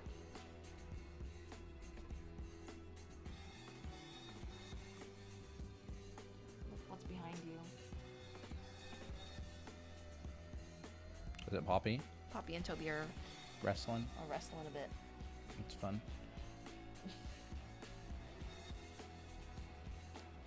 Ooh, very nice hair. And maybe, just maybe, see a little bit of that other side in there. The more sides you see in hair, the more dynamic it's gonna look. Yeah. So if I add another side back here, Now you got curtain bangs. That's a Do very something like nice that. shape. I would say like, if I could give one piece of advice, it's like form drawing and design. Those are like literally all I've been doing with these demos is drawing three-dimensional forms in perspective and design. So like design is a hard one to explain, but it's basically understanding how to create shapes that are like aesthetically pleasing. And that goes into a whole theory, which we do teach this in our school. But it has to do with like dynamic and static and uneven and all that kind of stuff. Design is a big topic. You know, I'm talking like You basically have to spend years working on that kind of stuff. like a curve versus like a more interesting curve could be like this, like unevenness. Like this curve is like 50-50, whereas this curve on the ground or on the bottom, like let's just do like some of the maybe simpler. maybe it apexes in an uneven way, right? So we'll just take it and we'll go like that. So maybe like our apex is pointed over here, so it's not like an even 50-50 curve. It might be like an 80-20 or like a 70-30. And this is a C curve, so maybe we put like an S curve on the other side. That's like a different S curve. And so whereas this, which is kind of like how beginners draw like eyes or like ellipses or whatever, it looks boring because it's symmetrical. It's symmetrical here, it's symmetrical here, which can be used intentionally, or it can be used accidentally without knowledge of it being used. And so like that goes into like design, right? Which is like this curve, like this straight goes into a quick curve. And then this one right here, we could make this more interesting probably by going and like pulling it. And then this one right here, instead of going like this, we could go and make that an accelerated curve. Like that, to make it a little bit more interesting. How do I train to learn environment concept art? I mean, it's the same fundamentals. You're going to be doing a bunch of backgrounds and stuff as well, but environmental concept art, I mean, you need perspective. I would say do a bunch of plein air paintings. You mean like you want to do backgrounds for like games and stuff? Bunch of plein air paintings, study composition. You're going to need to learn shape and form language. Like concept art, a lot of the time is not just pretty pictures. Like you have to design buildings that actually make sense, buildings that you design the inside and outside of, playable areas that you can actually build in 3D. So like a lot of people who get into concept art, they think it's like, oh, you just do these like pretty speed paints with a bunch of like cool colors. But most concept art actually isn't that. It's you're designing like playable areas in games that the player actually has to move through, and someone has to actually 3D model, and has like a consistent shape and form language to it. So like you have references of the style and the shapes that are used. You need to be able to draw to scale. If you're gonna be doing environment concept art, I would definitely recommend you learn something like Blender or 3D. A lot of them use 3D these days.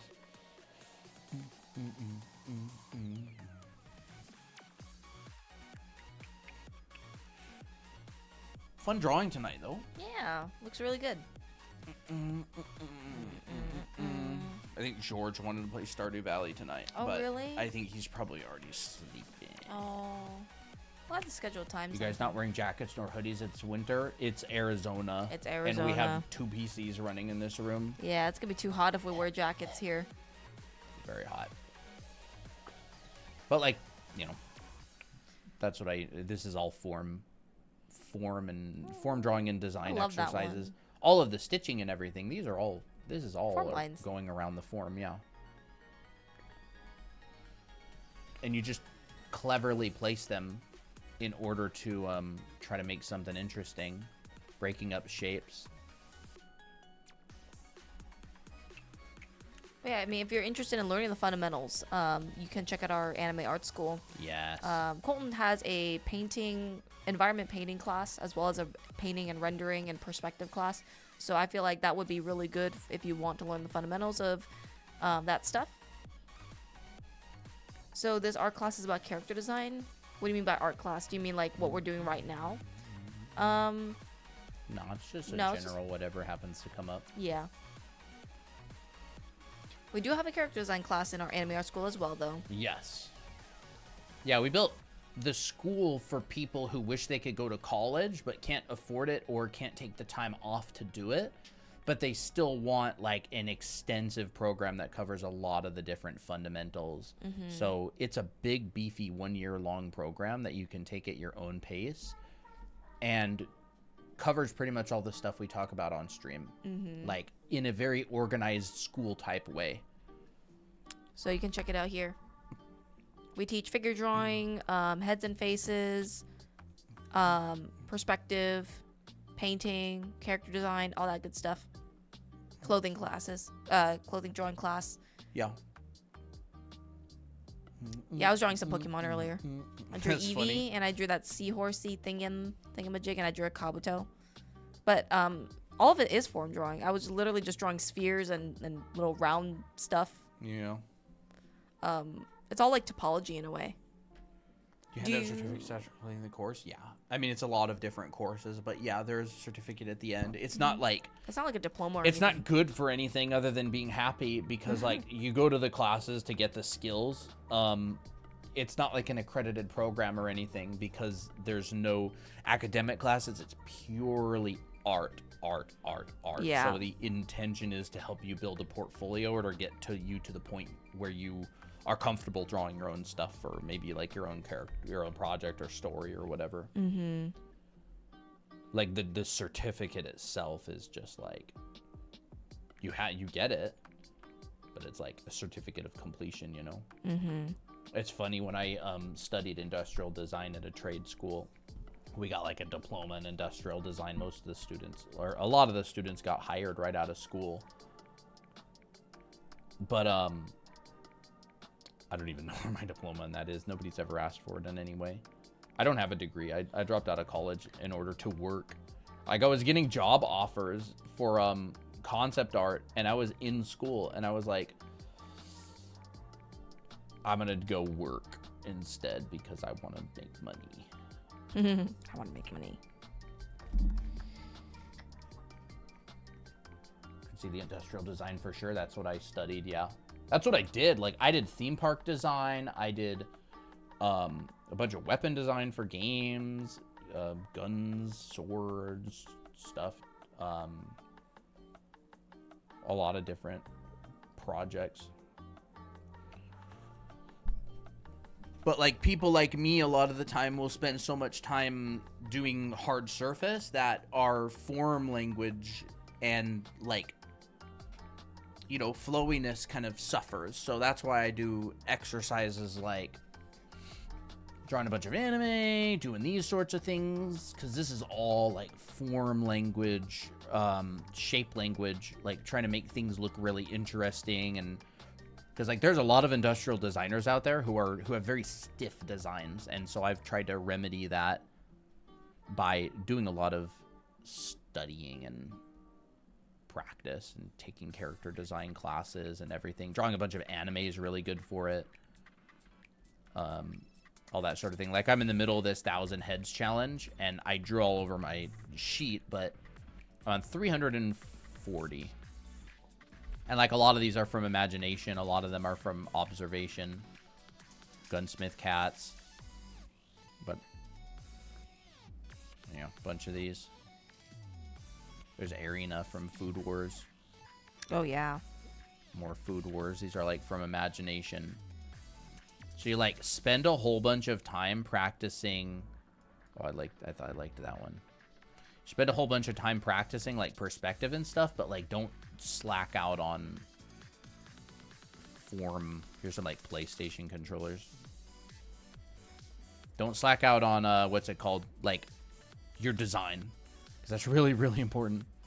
I think a lot of people get really obsessed with like perspective, and they raise their skill level a lot, but then Put all their skill points. they put all their skill points into perspective, which is like a good thing. Like you want to put a lot of skill points into it, but then their artwork ends up being really stiff, and so they like have to fight this uphill battle for a really long time.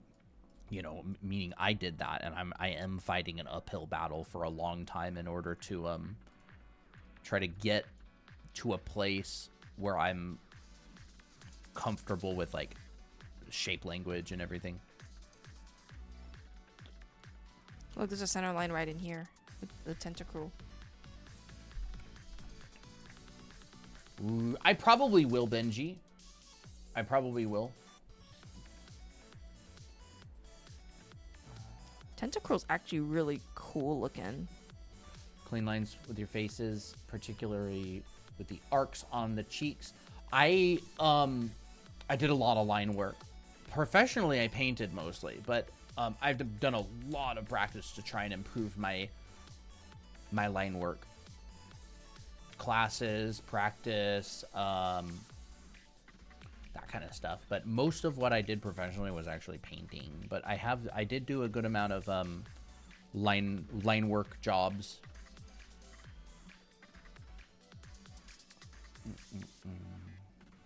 But thank you. I put a lot of work into it. And of course, like the medium you use and the brush you use, like does affect that sort of thing. But the fundamentals are, you know, still the same. But yeah, Benji, I am planning on making a video talking about 1,000 heads. I've done a lot more than 340. Just a lot of them are in my sketchbook and I don't add them to it.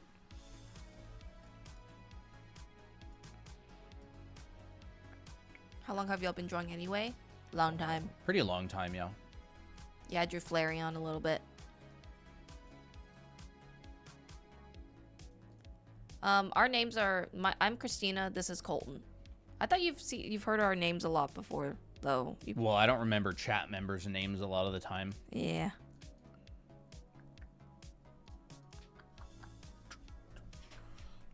Oh, you know, there's people out there who are so good at shape and form language and also the dimensional and perspective stuff. I can think of 2 examples off the top of my head.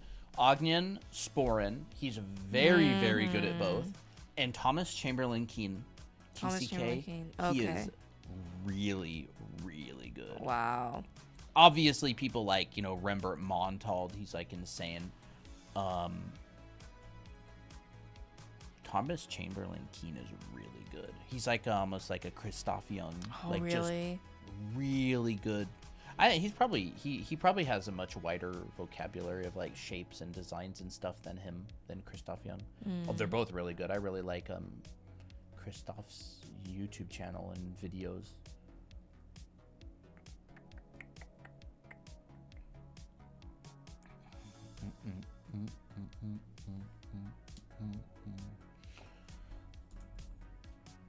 I got purple juice left. Purple juice. It actually really is crazy how simple the Pokemon's shapes are and forms. They're actually really fun to draw. Super simple. Super simple. It's just like this one blob like this, and then you just add more blobs. If I were to make a video or a class on like Colton's guide to drawing from imagination, it would be dimensional drawing, design, and visual library. Those would be the 3 talking points. Those are like, I honestly can't even really think of anything else. Like this right here, dimensional drawing, design, and form drawing. Yep, that's it. Or no, dimensional drawing, design, and visual library. Like, dimensional drawing is your ability to draw in 3D. Design is your ability to make it look good. And visual library is like an understanding of the world and the forms that make things. It's like, what does an anvil look like? That would be visual library. Yeah. How do I draw an anvil? That would be dimensional drawing. How do I make it look good? That would be design. It doesn't cover painting, but like that would, like if I were to start a school on drawing like an FZD type thing, those would be like the 3 main topics. They didn't teach almost any painting in FZD, only a little bit. Ew.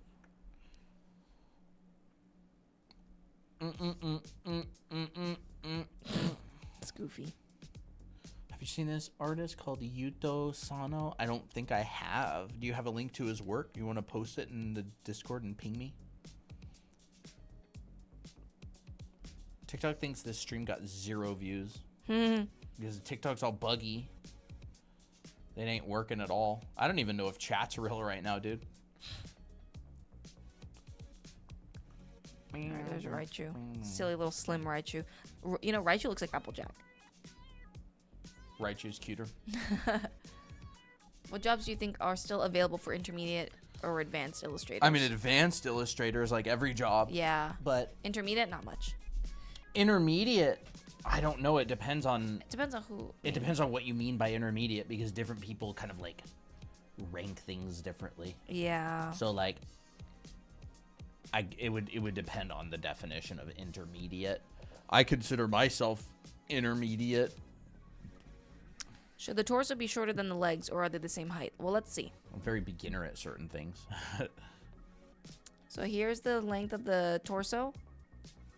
Here's a length compared to the legs. If the legs were as long as the torso, we'd have a very weird body. So it is shorter. It'd be Is it okay if I copy your drawings? Because when I saw other drawings, it looks hard to draw, but when you draw it, it looks so easy for me. I will give you credits. Yeah, it's totally Sure. fine. Okay, that's fine. If for practice and everything, it's totally fine. Yeah. But if Like- it's like, say, if it's an original artwork, then I wouldn't. But like, if for But starting, a lot of people do. I mean, that's why Yeah. we're teaching, you know? Like, we Mhm. want you to be able to... I don't honestly expect many of you to be able to follow along with us on the stream without, like, pausing it and going to the VOD just because we draw relatively fast. Like, during live streams. Mm-hmm. Well, you want to wrap up? Yeah, we'll wrap up. That was fun. Fun little streamy. It was fun. We'll have to do, Draw Me Yeah. soon. I think that would be a lot of fun. Yeah. I think TikTok likes to draw me stuff. I think- enjoy it, dude. I think it's fun. It was Yeah. really funny. I And feel I got like a lot of stuffed YouTube- animals done. Yeah, I feel like YouTube these days really likes the tutorial stuff, but not as much as the Roblox stuff. But then again, we haven't really tried much Roblox on YouTube. No, Roblox doesn't care about, or YouTube doesn't care about Roblox that much. Yeah. TikTok loves it, dude. They just can't get enough of it. They're like, did you say Roblox?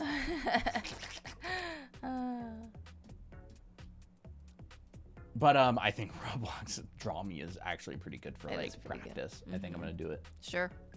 We'll do it sometime soon. All right, we'll wrap up. Yep. Don't forget to sign check up. out our classes. Our live class signups are still going on. Yup. If you want to sign up for live figure drawing classes over Zoom, where you get all your work critiqued, and we go through a process for teaching gesture, construction, 3D forms, anatomy, and you get all your work critiqued, you can head to drawanime.com. It's going to be the teal button. The signups are open. Yes. And you will be in a class with a bunch of other people, and it'll be fun. It's on Saturdays, starts February 21st. Mm-hmm. And yeah. Yep. It's a cool live stream. Awesome. Thank you. And have a great night, everybody. Meow meow meow.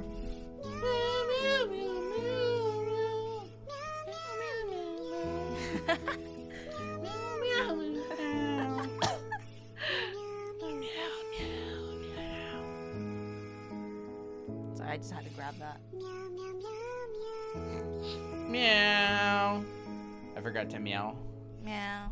Meow meow meow meow. Bye, Applejack. Oh, are you awake now? Meow, meow, meow. You tired. I'm tired. Good night, baby. everybody. Good night. See ya.